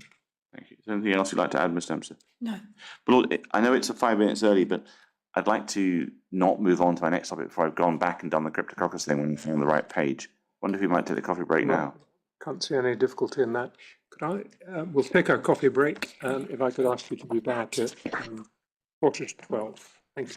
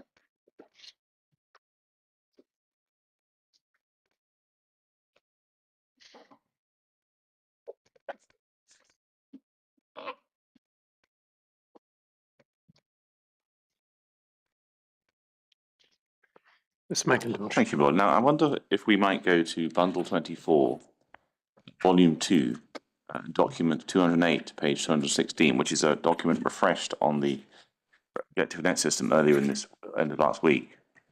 Now, Ms. Dempster and Dr. Mumford, I wonder if you'd seen this document Yes, and indeed the detailed RFI that lies behind it. yes. Yes, right. Yeah. I don't particularly want to go into the, you can take it off the screen, into the details of these patients. But in essence, the inquiry learned that this year there were 4 cases, which are described in that paper, with a diagnosis of some sort around cryptococcus that have some connection to the hospital. And at least 3 of them were not reported to HPSI. And I wanted to ask you to your views on that absence of reporting. Before I do that, I'm conscious that Ms. Devine, in her leadership role for the Infection Prevention Control Team, has already given evidence. And so I don't have her take on the reason. And I felt it's important for fairness to ensure that the reason is something that you can consider. And so we obtained an explanation from Greater Glasgow and Clyde for the decision not to report, and also the decision, also the question of whether a root cause analysis should be carried out for these cases. Now, I'm going to read out that explanation. I know you've had the opportunity to see this already, but the reason given is these were not a healthcare infection episode in terms of the National Prevention Control Manual, which we looked at earlier on today, because cryptococcus cases are not rare and are an acknowledged risk for patients who have organ transplant or who are immunocompromised. Cryptococcus does not pass from patient to patient, therefore the implication for others, the organisation, or wider public health is not considered in this context. In addition, the literature confirms the incubation period is wide/largely unknown, and these patients will spend the majority of their time in the community where cryptococcus is ubiquitous in the environment. And then in respect of whether it's a healthcare infection incident in the National Infection Prevention Control Manual, Chapter 3, it was because there was more than a single case and therefore did not meet the requirement there had been previously no cases in the facility. And NHS Greater Glasgow have also pointed out that in Scotland, the root cause analysis is not undertaken for referrals and is not referred to in the National Infection Prevention Control Manual. Now, with that in mind, and I'll start with Ms. Dempster, do you have any concerns about the decisions not to report some or all of these cases in patients who have had organ transplants or are immunocompromised in the context of earlier cases you've discussed? Yes, I think it goes back to our earlier discussion this morning, realistically, that even if you're not totally sure is this healthcare associated or not, I believe it would be better to have reported. Okay, I say reported, but discussed it, raised it. And in all the papers, it's discussed that the incubation period for cryptococcus is uncertain. So I don't know how you also say with certainty that it wasn't acquired in a hospital where people have had sometimes quite long stays. So I would have erred on the side of caution, or that there's potential link to the environment that might not, the hospital as a whole. So I would have thought it was in everyone's interest to let our high know. What do you have to say to the response that you're setting too high a standard, you're over-reporting in this, you would be over-reporting in this case if you were to report these cases? I don't think it matters if you over-report. If you're letting people know there's been a case, you're not actually doing any harm by reporting, okay? Dr. Mumford, anything you have to say about this issue? I agree with Linda, but I would add that cryptococcus is very rare. It's not common. And B, when you have a rare infection, which, most sources will tell you there is 100 cases or less in the UK as a whole each year, and you have 4 inside a year in one place, I'll say place rather than hospital, then there is a potential public health interest in that as to why there is an apparent data exceedance in the number of cases in a geographical area. So for that purpose alone, I would have reported it. And again, I absolutely agree that there is no harm in over-reporting. Do you have any observations to make about the reasons that I read out for not considering it fell within particular categories of the manual? So it is rare. I don't think that saying, well, we've had 2 cases, so that means that we don't need to report it, because it is very rare. And as I said, I think it's a data exceedance, so I would expect that to be reported. How can you say it's a data exceedance? I mean, we saw in Mr. Bennett's report, I think he thought a lot about whether he could work out what the national rate was, and I think cutting it short, found it quite hard because, of course, the national laboratory only has what's reported to it. Absolutely. And so it might be there's a bigger rate than he was able to work out. So how can you say it's a data exceedance given that lack of certainty? I agree there is lack of certainty. However, I've never worked in a lab that didn't report all of their cryptococci to the reference laboratory. It's a sufficiently rare thing to be one of those unusual organisms where the biomedical scientist would come running out to see the microbiologist and say, I've got a cryptococcus. And the next thing that would come out of the microbiologist's mouth would be send it to the mycobacterial reference, mycology reference lab. So they do get sent, and I think they get sent pretty uniformly. So if let's assume that that's happened and that all of the cases have been reported, we are looking at 100 cases a year. So in the small geographical area, compared with the whole of the UK, that's potentially a cluster, and there is something that is worth looking into for the public health point of view, if nothing else.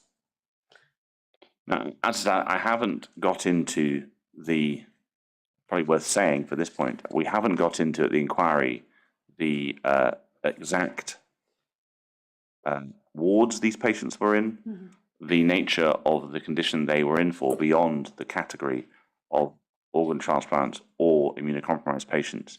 And we've done that for reasons of patient confidentiality, and because my interpretation of the remit of the inquiry is to focus on the building and our term of reference 9 in terms of HI reporting. And so I've restricted myself to that basis. Is there any other observations you have about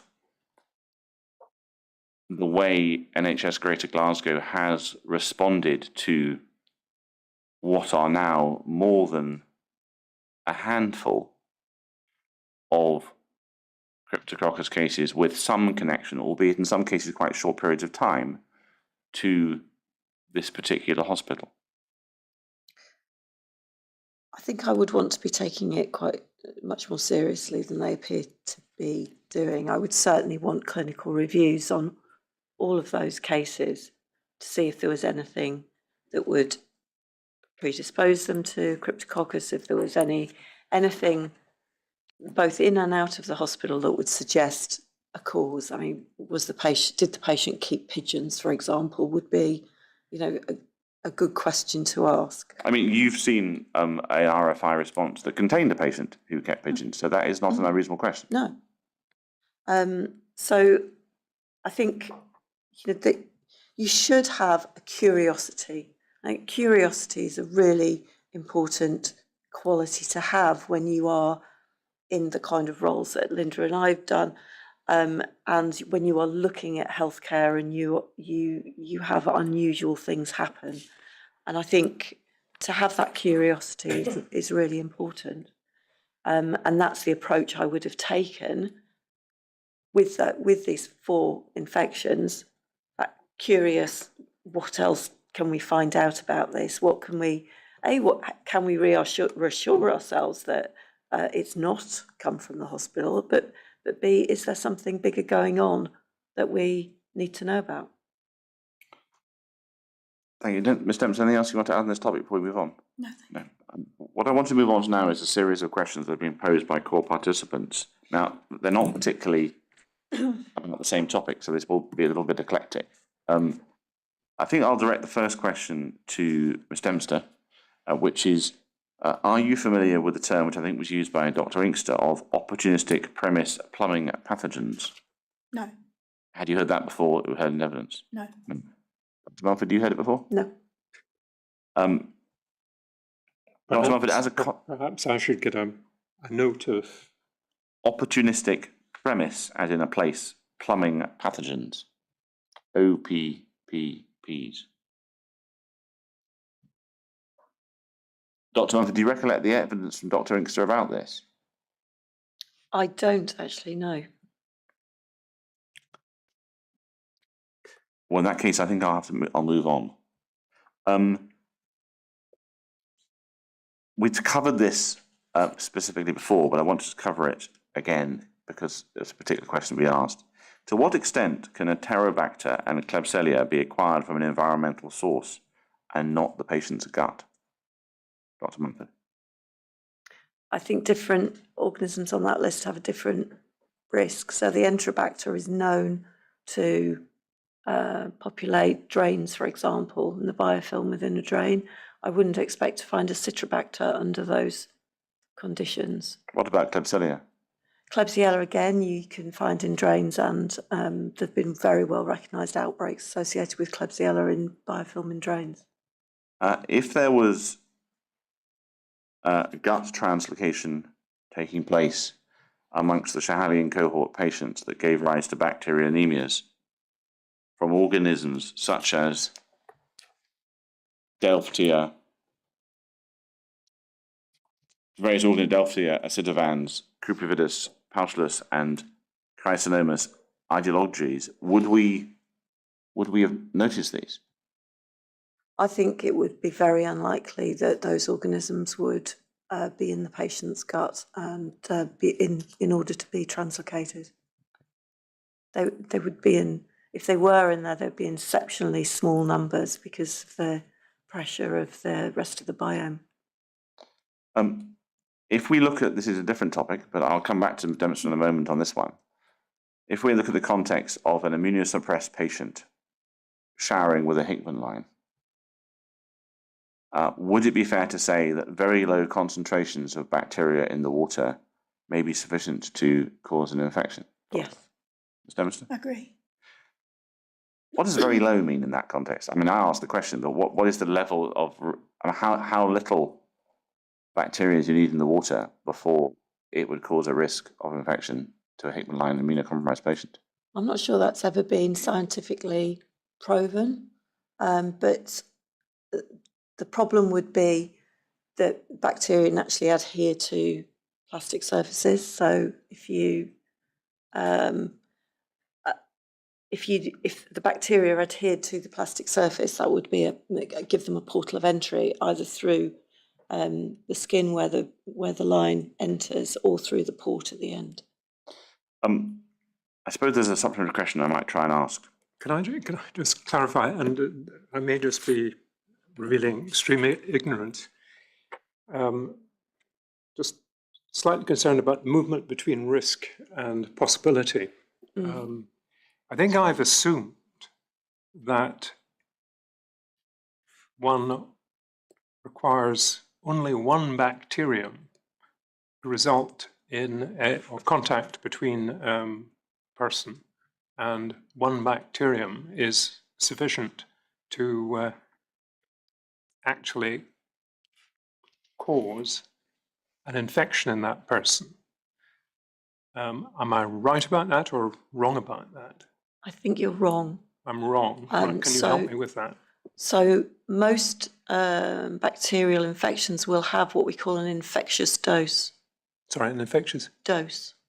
So that is the number of bacteria that you need to cause infection. Right. And obviously, if you have one bacteria and it gets into the body, the chances of it being caught and attacked by the various mechanisms that the body has, albeit in neutropenic patients, some of those mechanisms still work, is low, and so you need potentially more than one bacteria. And I haven't got the numbers to hand, but there are some bacteria, particularly some of the gastrointestinal infections, where you can literally have an infection by imbibing 5 or 7 organisms, but other bacteria, the infectious dose will be into the hundreds. Right. Okay. So could be a small number, but needs to be a certain number. Yeah, and there's patient factors in there as well. So obviously, an immune suppressed patient will be more susceptible to a smaller number. Right. Thank you. I'd like to explore this issue about the showering patient a little bit. Because obviously the question I have here is a very low concentration of bacteria in the water. Try to see if we can try and nail that down a bit. Mr. Walker discusses in his report, I'm not going to go to it, but just for purposes of everyone else, section 4.3 on page 211 of bundle 21, the concept of wholesome water. Do you recollect that, Dr. Mumford? Mm-hmm. If we assume for a moment that the public water supply in everyone's home is wholesome water, is it possible to answer this question? Could the concentrations of bacteria in water that is wholesome, so it meets the wholesome definition test, sufficiently few bacteria that meets wholesome definition, be sufficient to cause an infection on a Hickman line? Potentially. Potentially. If you increase the number beyond the definition of wholesome in the water supply by some means, can we know when there is a point when it becomes a sufficient risk to be more concerned that the water of a shower will cause an infection? A single point, I don't think so, because it would be possibly bacteria dependent, and it would also be dependent on other factors of the patient themselves. So I don't think there is a single point you can say over that. Is there a way of number. understanding this sort of threshold that you could help us with? I think you have an increasing risk. The more bacteria you have in a water supply, you will have an steadily increasing risk. Will patients with Hickman lines be discouraged from getting them wet? Yes, or covering them when they shower. Right. Mr. Dempster, anything you want to add on that topic? I was just going to add that any patient with a Hickman line is they're taught about the Hickman line, how to manage the line, how to clean the line, how to, they really understand the risks associated with having a line. They're not showering with enthusiasm. No, I wouldn't have thought so. No, this is a very significant part of their treatment.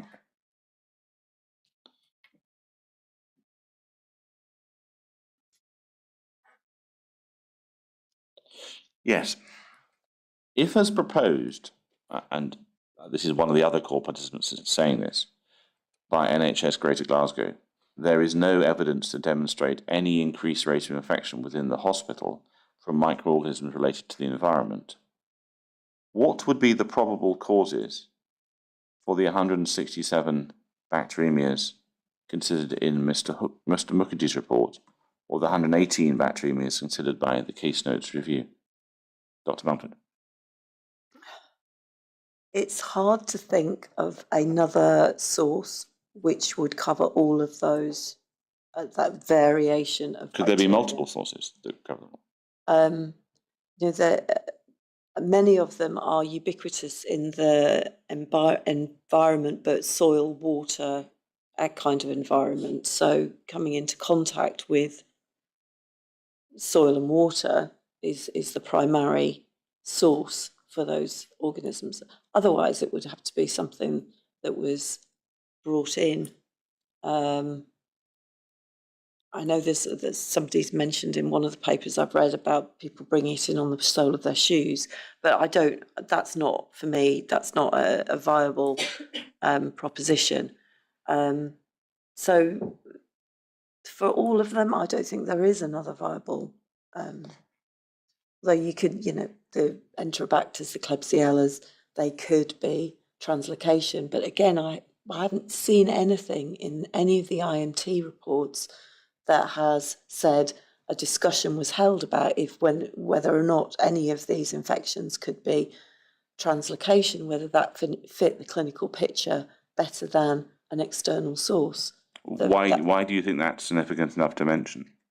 Because I think we go back to the discussion about analysing an infection. If you have a group of patients, who have all got different infections, some of them similar, but many of them different, you have to view it fairly openly and in an unbiased way and ask those questions. What are this patient's risk factors? What's happened to this patient? What could be the cause of this bacteremia? And the clinicians, I would have expected, if they had suspicions that the case was due to translocation or another reason, such as a patient having a UTI, then that would come out in the IMT for completeness and for to be evidence as part of the discussion about the patient. Because the clinicians would say, this case, I'm treating it for gut translocation. Yeah, and take it out of the numbers of the outbreak or the incident. Ms. Dempster, do you have anything to contribute to that particular observation? No, I agree. It's the clinical, the clinician's descriptions, isn't it?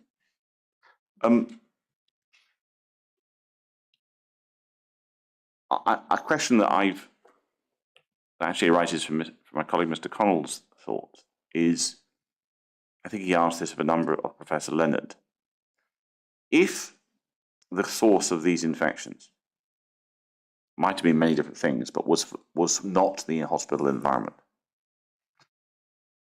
would you expect to see similar sorts of infections occurring in other units similar rates of infection occurring in other units around the UK? Yes.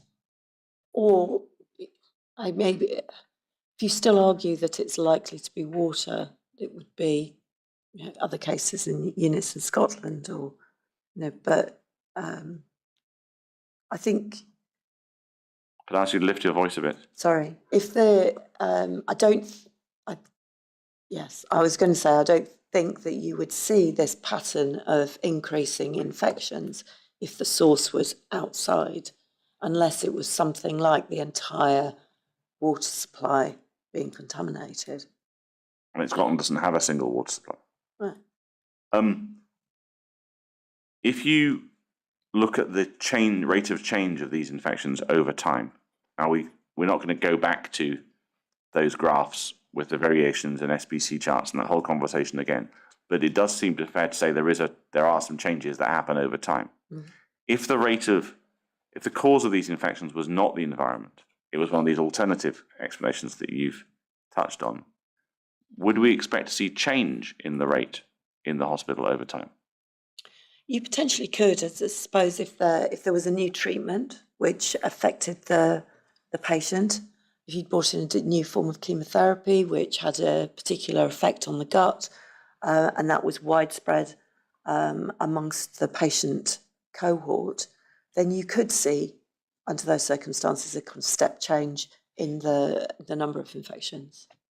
But would you see that step change without any change in the way the patients are being treated? It would be highly unlikely.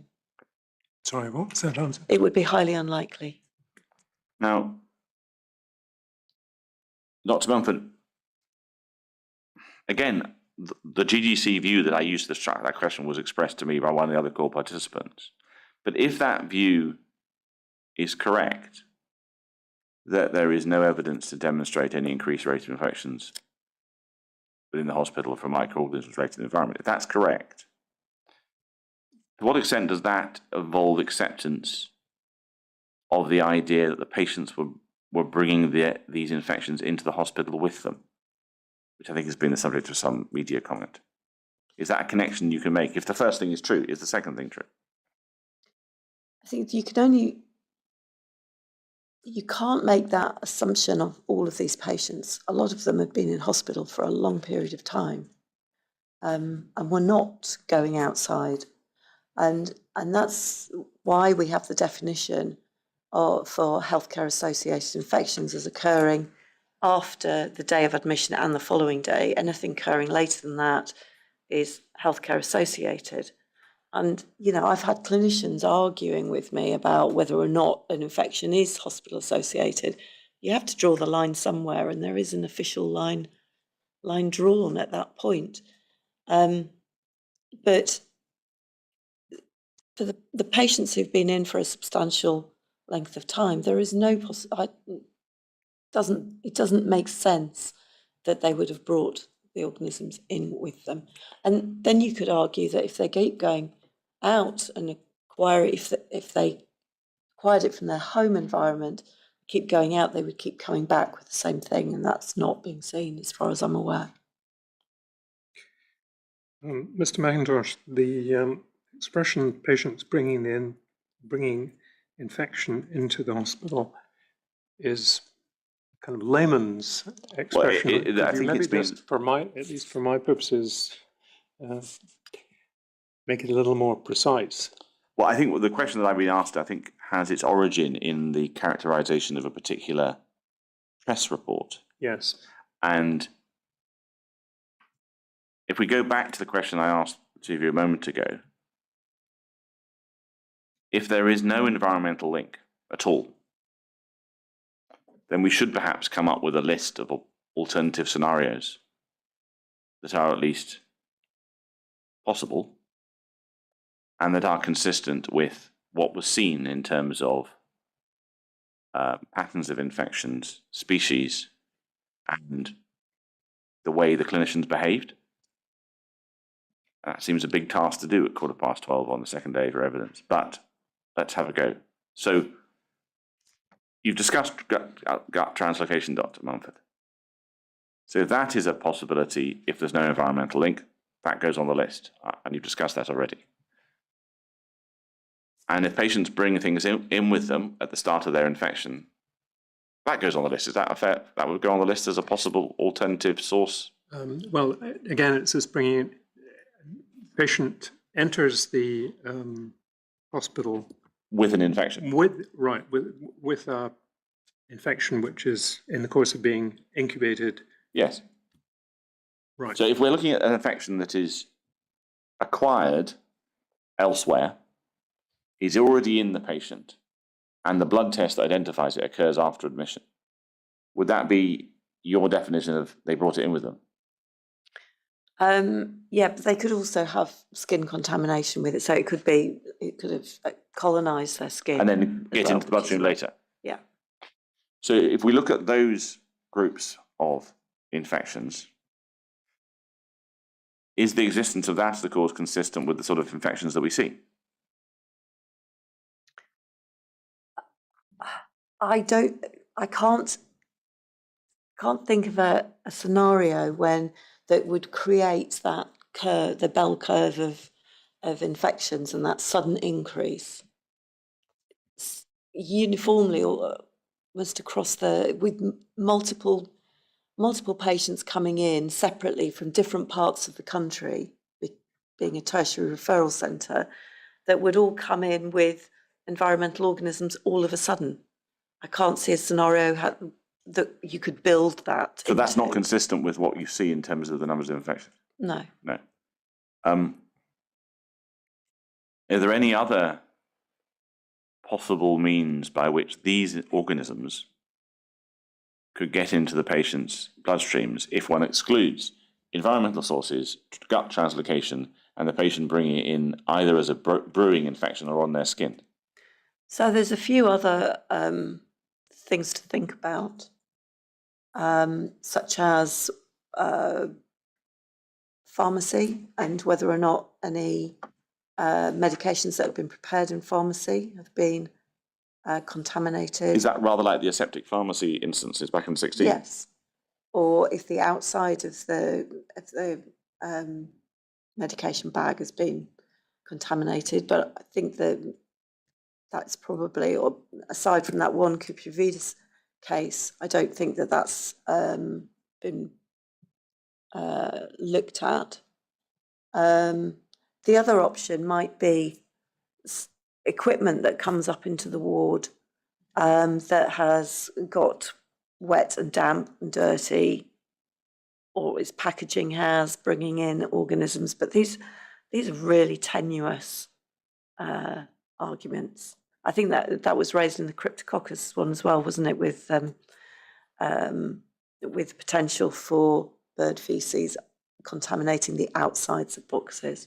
Why do you say that the movement of equipment, perhaps around the hospital, is tenuous as a possibility? So it wouldn't be the movement itself, it would be that it had been contaminated in a store somewhere. Maybe the outside packaging had got wet, potentially with contaminated water. I mean, it's a very complex scenario, and then that would come up to the ward.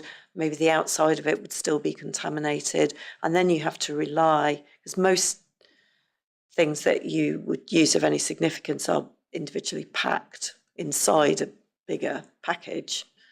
But then you'd have to build a scenario where whoever unpacked it and got their hands contaminated then didn't wash their hands, didn't use any hand hygiene, and then had to go and deal with a patient who they then didn't use hand hygiene and didn't use an aseptic technique to do whatever it was they were doing with the patient, and so on. So it would be a really complex pathway for that. Is this not dissimilar to that, I think it's 2020 Burke-Holdier investigation involving an operating theatre when they realised that there's some beads have come in contaminated? We're talking that sort of process. Yeah, and the other one, again, Burke-Holdier in ultrasound gel, which is non-sterile, which is used on patients who have intact skin, and occasionally you might use it close to a port, which you shouldn't, because you should use sterile gel. But there have been episodes where it's been used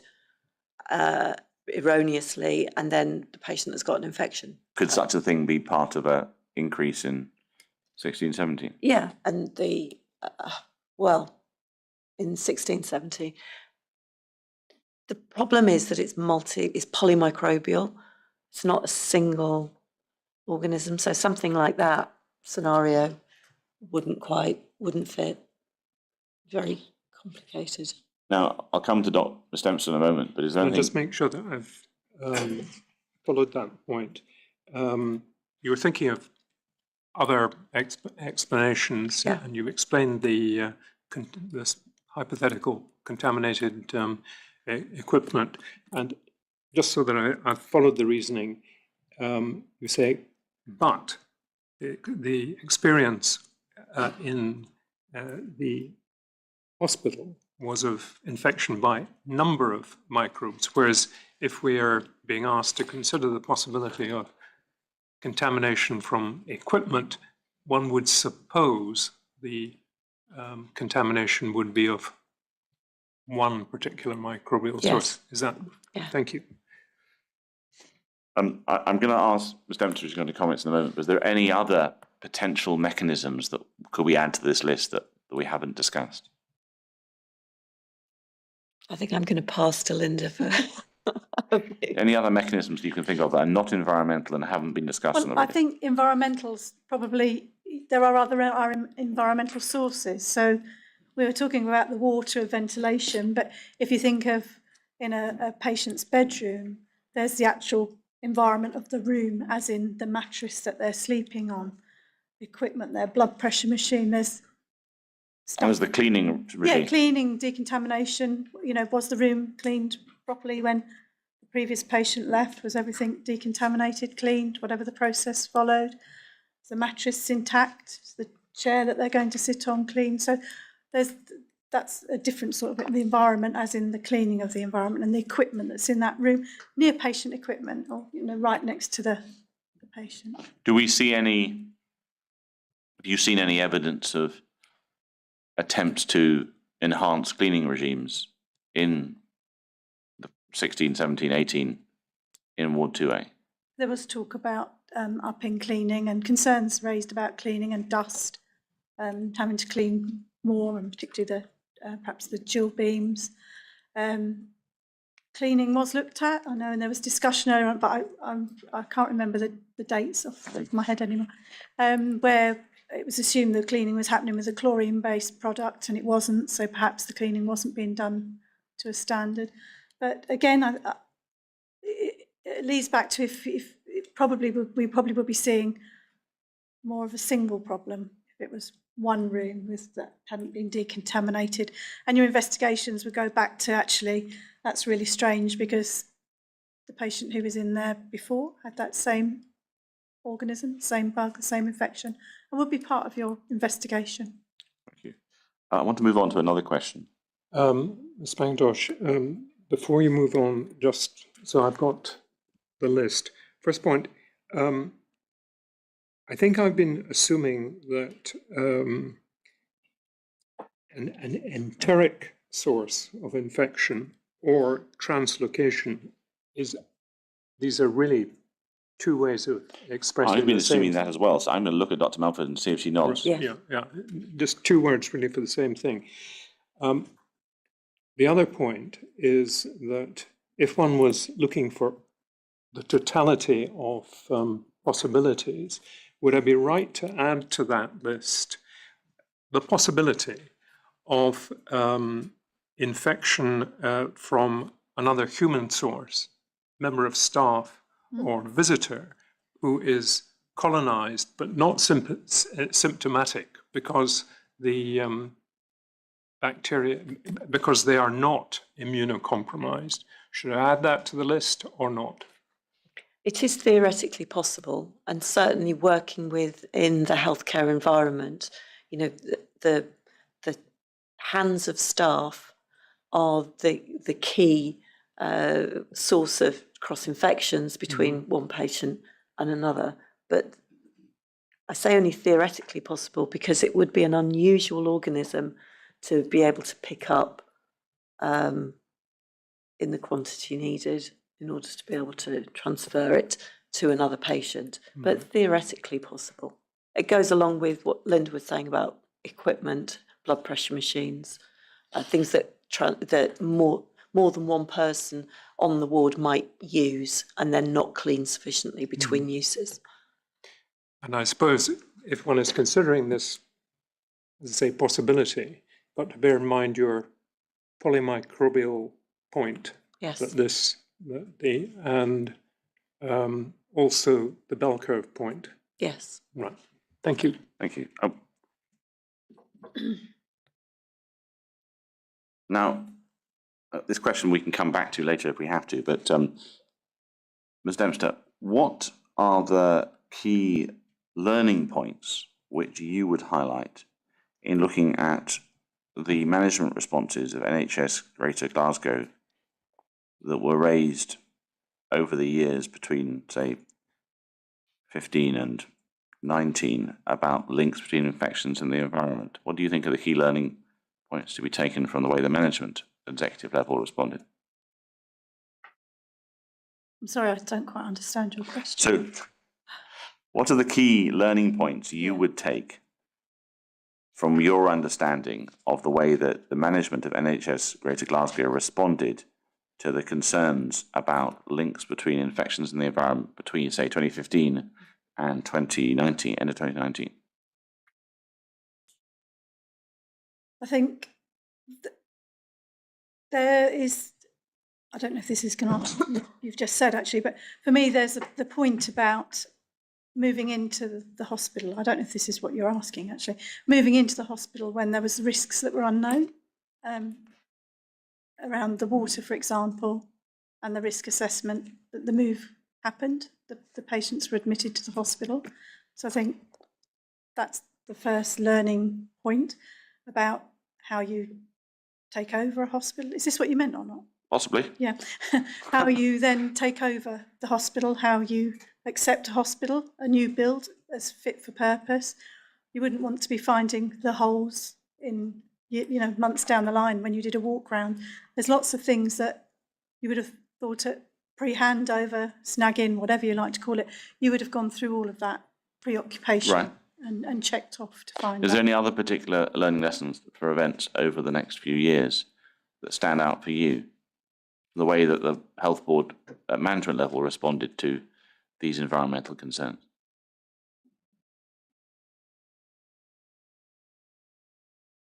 For me, there was the issue that things were unknown. The fact that the ventilation was sort of discovered further down the line when problems started to arise, rather than knowing what the ventilation was again when you came into the hospital. So once things became, once cases happened, they appear to have been investigated individually, and people have looked at what happened, and then they begin to get more linkage occurring, thinking this is unusual now, we're seeing more of these. So I don't think I'm answering your question. But then there was perhaps good management. The IMTs were then started, they were convened and were going through the cases, looking at what's happening. Then actions were happening. So people were responding and testing the water, thinking what we should do. But I struggle with the concept of how perhaps it was not taken as seriously as it should have been at the beginning. Perhaps if it would, I don't mean jump, that's not the right word, acted upon more rigorously at the beginning. So when you say the beginning, what do you mean by the beginning? I mean beginning perhaps of the water incident. So that's 2018? Yes, when there clearly was concerns about the water. In defence of, so the response must be that the water technical group was set up, HPS were brought in, pretty point of views filters in places pretty fast. Isn't that a serious response? Well, again, you would have thought the water group would have been already established. So I think I'm struggling with your question. I would have expected there to have been a lot more in place prior to those things happening.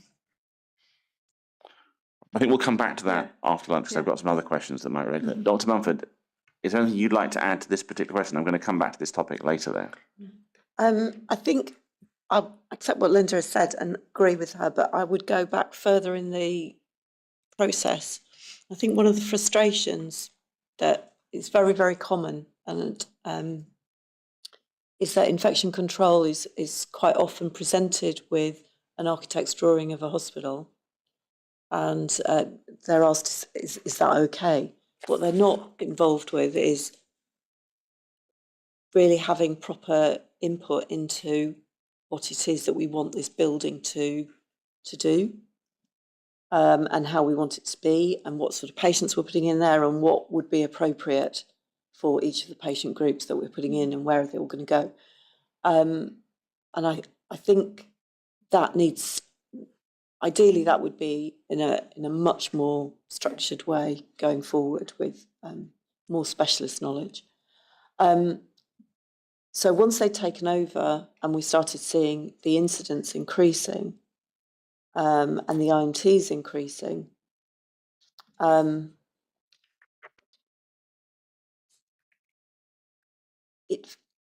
whenever I've read the documents and looked at all the IMTs that were happening, it seems like a lot. A lot of IMTs? Yes, even for a hospital the size of QEUH and RHC, just seems to be a lot.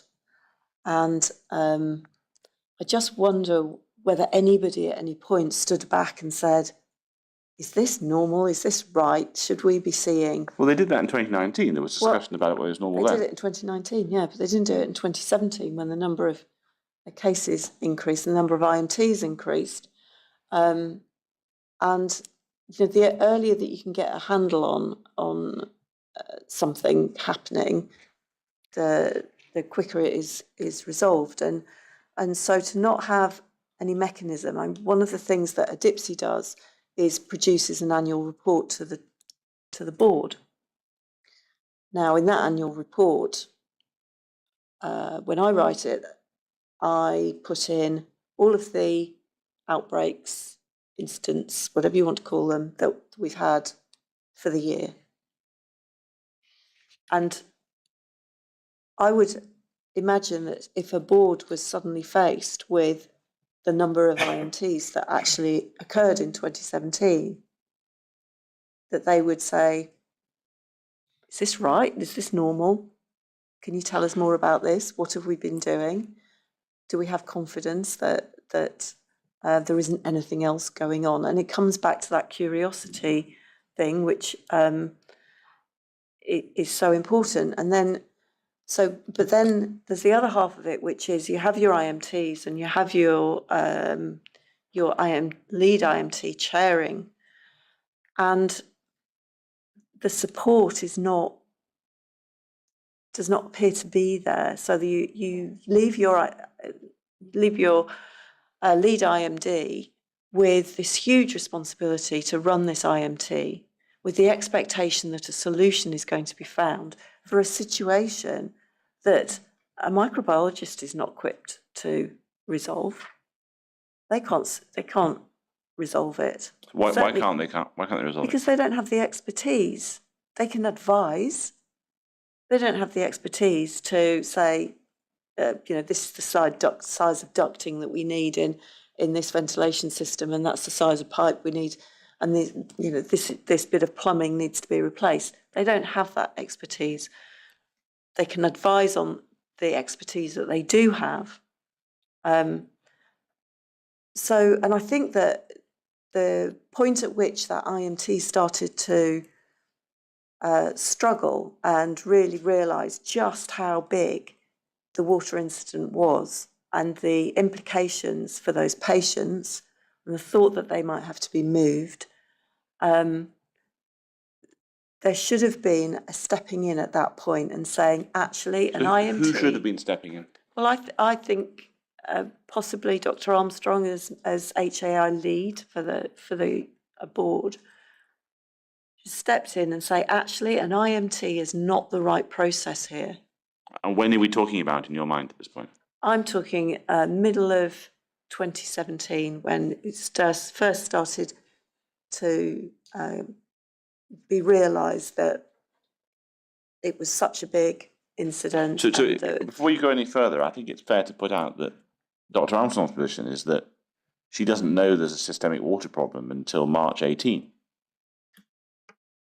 So are you suggesting that she should have intervened before? Yes, I apologise. I'm in the wrong year. Right. That's me. Yeah, so everything I said 17, so I meant 18. 2017, put in 2018? Yes, apologies, my lord. Right. So, yes, so I would have hoped that, if I'd ever been in that situation, that somebody, you report upwards, you report your concerns, and that they would have said, this isn't an IMT appropriate thing anymore. This is a big, big issue. It needs executive oversight and leadership. And we will change the structure and we'll take the IMT, maybe maintain it as a subgroup just to do the ongoing infection control issues around it, but actually manage the incident as a whole separately so that the correct people are taking executive responsibility for what is going on. They pull in the experts from wherever they need to get them. Is this not dissimilar to the executive control group that Dr. Dempster talked about as something she wanted in early 18? She wanted someone to report to, didn't she? She wanted a group to report to. She did what she didn't suggest, I don't think, I could be wrong, that they would take over the management of the... So you're suggesting an actual takeover by the HI infection lead and a group of people, which would have included whom?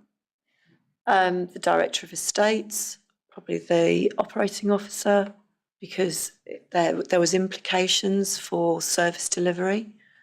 And then you would need various other people. You'd certainly need the lead ICD to sit on that to advise the wider group. But it ultimately concluded, although perhaps no one could see that it was going to do this in some really big decisions about the decant, about the whole stripping out of the ward.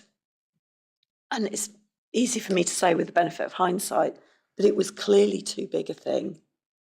As soon as there was a suggestion that the patients might need to move, for me, that's getting too big for the lead IMD to have the responsibility for making decisions on.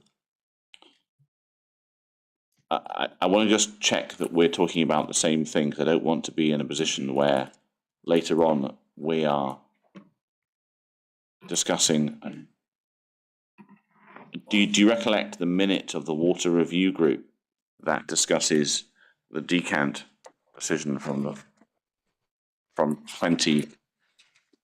You just find the page reference. I think it might help. I remember reading it. I think it was around the 18th of September.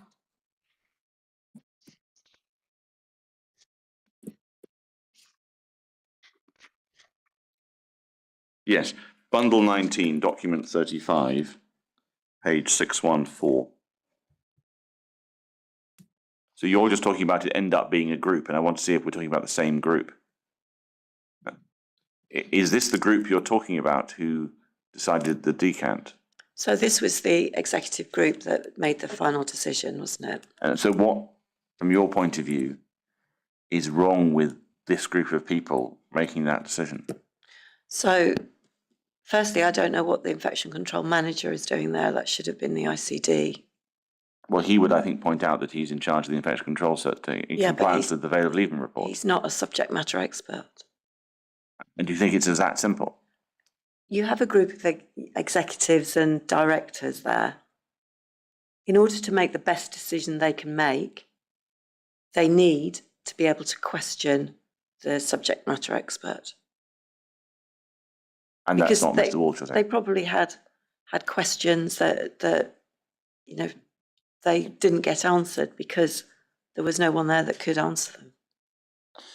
There was an earlier meeting on the Friday, which Dr. Dempster was at, but she wasn't at this one. So am I right in thinking that your learning point is that at some point earlier in 18, before this, an executive group comprising most of the people on this list, but Dr. Inkster rather than Mr. Walsh, should have taken control of the whole incident? Yes, with advice from the IMT continuing on specifically the infection control aspect. And no doubt water subgroups and that sort of thing happening around it. Yeah, so that the lead IMD is supported. It's I think to be able to make some of these decisions and to work in a supportive environment where actually you don't feel that you're on your own and that you're isolated is really, really important. And all of these people were dealing with a really tricky problem. And to have that mutual support is really important. And so I think there should have been more of this. Right. Moving on to a different topic. It's about benchmarking. And you've sort of discussed it already, both of you, but I've got a particular question.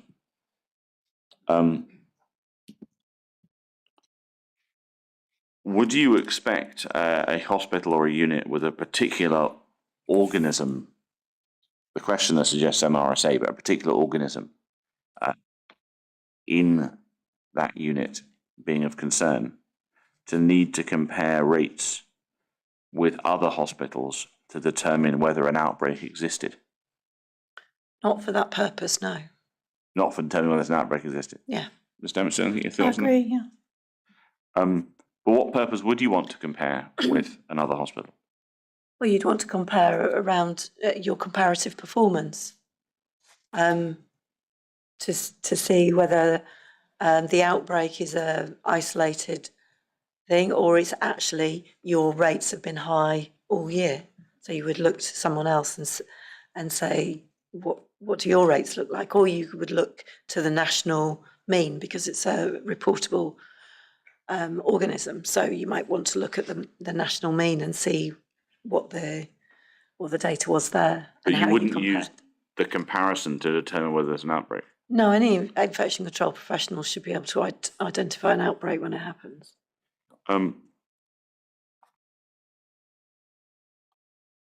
Benchmarking, it's been suggested that benchmarking might be more useful to identify those units or hospitals with good practice who one might contact for advice, rather than using the information to suggest that you don't have a problem. Would you agree with that or disagree with that? Yeah, that's a useful. Yeah, I agree completely. What I want to do now is move on to the topic of Mycobacterium chelonae again. Just thinking, just reflecting on that last answer, I suppose one would have to be satisfied that the apparently well-performing institution is actually comparable to your institution. From the point of view of MRSA, I mean, as long as it was an acute general hospital, I don't think that would make a difference. Right, thank you. Would it make a difference for, well, the group of organisms being seen in 2019, in the summer of 2019?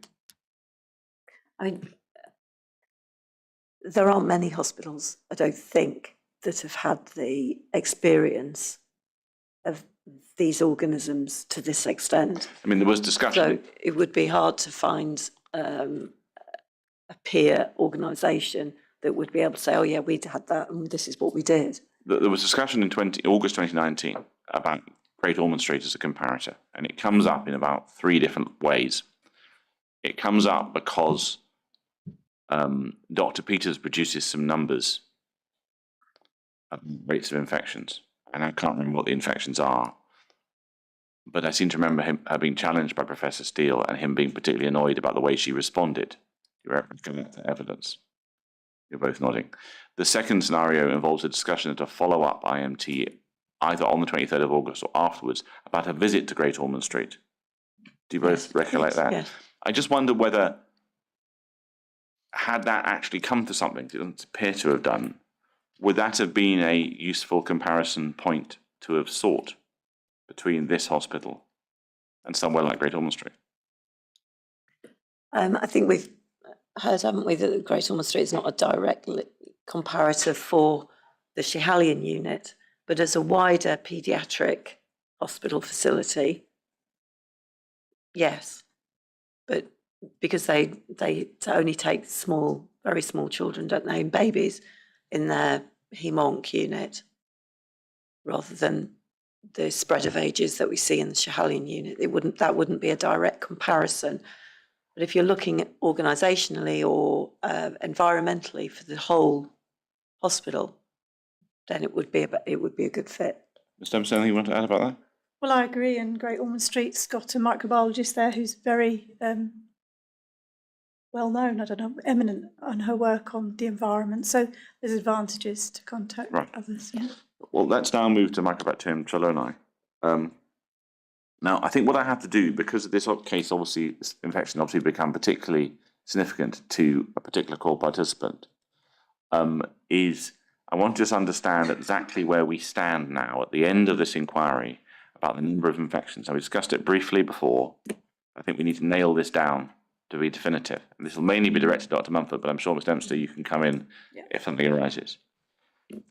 So we can go to your report, Bundle 21, Volume 1, page 139. And it's footnote 95, which appears in the second bullet point on the page. And you report in this report that there was one case of Mycobacterium chelonae in 2016, which was not escalated to a PAG. Now, your source is the bloodstream infection database. Yes. And is it described as Mycobacterium chelonae in the database? That case is, yes. Yes. Is it in a blood sample? It's in the blood culture. Is it in 2A, 2B, or somewhere else? It was not in 2A. Right. Could you double check over lunch whether it was in 2B? Yeah. We then have two cases in two tests in 2018 with the same patient. Now, were both of them recorded on the database that you had as Microbacterium? The second case that had 2 episodes is recorded, but not recorded as Mycobacterium chelonae. Did either of its of that patient's 2 infections, in 2 results, are they recorded against 2A or another ward? I can't remember. Because I put it to you that neither infection is recorded as Mycobacterium chelonae, and that one of them is recorded against a different ward. 3B is ringing around my head, and the other one is recorded against 2A. Again, is that your recollection? It rings a bell, but I can't say. Can you double check it over lunch, please? Check, yeah. And the 2019 case is recorded against 6A? The 2019 case is not on the database because it wasn't a blood culture, it was a superficial infection. And for the point of view of the lay audience, i.e. the lawyers in this room, what's the difference? So the sample that was taken from the patient was a swab of the skin because it was an infection around the site in which the Hickman line went through the skin. And it wasn't a blood culture where blood is put into a culture medium and cultured. Right. So two issues. The patient didn't have a bloodstream infection. So 2 issues arise from this. It seems you're the first person to spot the 2016 case in recent years. Did you see any reference of it in the Oversight Board report, the Case Notes Review, or the Independent Review? I don't think so, no. The 2018 case is missed from your chronology in this report. And you're nodding. Yes, sorry. And it's then raised with you in a Direction 5 response from Professor Cudahy, and you mention it in your answer. Yes. Why did you not include it in the chronology? Because when I searched the database, it didn't come up as a Mycobacterium chelonae. So it unfortunately got admitted for that reason. Is it in fact described in an IMT as something else at the time, 2018? Or an email to NetRanking?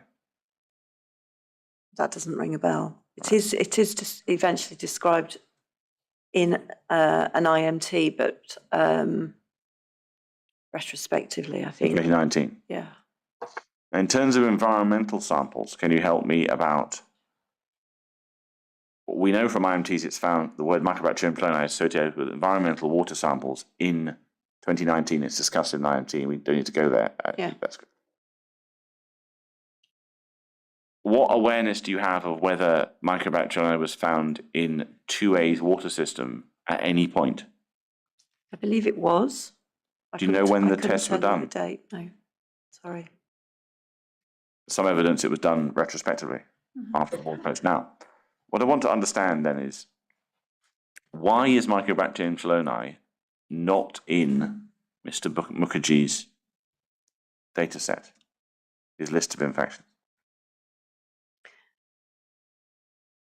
Because it's a mycobacterium, so it's not a gram-negative, and we discussed this yesterday. Yes. And I don't think at that point that we recognised that it was, when we were putting the data set together, I don't think we had recognised that it was within the data. Sorry, you hadn't recognised it was Within the data. within. Within the data on the blood cultures. And in any event, of the 4 infections that you now know of, only 3 are bloodstream infections. Yes. And of those bloodstream infections, we think that only 1 is in 2A. You're going to check that over lunch. I'll check. Had you known about all 4 infections, would it have been consistent with the methodology discussed with Mr. Mukherjee, as far as you understand it, to add Mycobacterium chelonii to his document list, his infection list? Yes, it would have been a reasonable thing to do.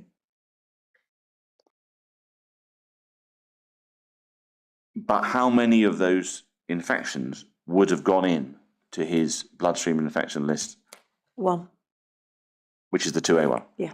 Right. Now, I want to understand a little bit about the 2016 case, and this is where I'm going to bring in Ms. Dempster. Now, we had a little bit of evidence from Dr. Inkster about her thoughts about why it didn't trigger, wasn't reported, seemingly, is her view from the microbiology lab. Without waiting to get into the details, actually, we don't have the evidence. Can either of you help me whether knowing about the 2016 case, had it been actioned in some way, taken to a PAG or reported nationally or even discussed with infection prevention control, could that have caused a series of understandings that might have prevented later infections? Ms. Dempster? Yep. I think if it had been investigated, you'd have had one case. So I would have expected that the microbiologist would have told the infection control team, they would have gone to where the patient was, and they would have done some of this investigation, look at where the patient's been, what's going on with the patient. Potentially they would have requested water sampling. So there's potential for interventions at that point that may have identified some risks for that patient. I mean, it's January 2016, isn't it? Yes. Mm. Yeah, Yes. Yeah. Is this well before there's a realization there's a problem with the water system? Yes. So, Ms. Dempster, are you being a little bit optimistic to think that realization that there was a single Mycobacterium chelonii case in January 2016 would have fundamentally changed anything? I don't know if it would have changed anything further down the line, but it would have investigated the case, which doesn't seem to have happened. So you can't tell us what might have happened? No, without. Anything you want to add to that, Dr. Mumford? It's a sufficiently rare organism and known to be associated with water sources, including water within medical equipment. And so I think you're almost duty bound to investigate if you find it, because you need to make sure that none of your equipment in particular is associated with this patient. So you would have to do a full look at her pathway, where she'd been, what equipment might have been used near her, was any of it associated with water? Had she, for instance, had an endoscopy? Had she had dialysis? All of those questions.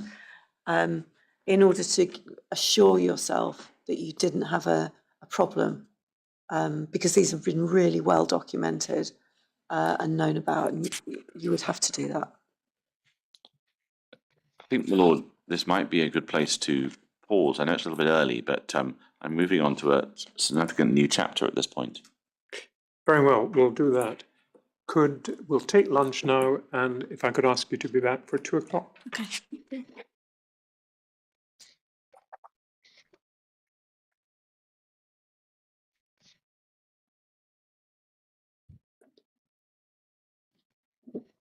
Please stand.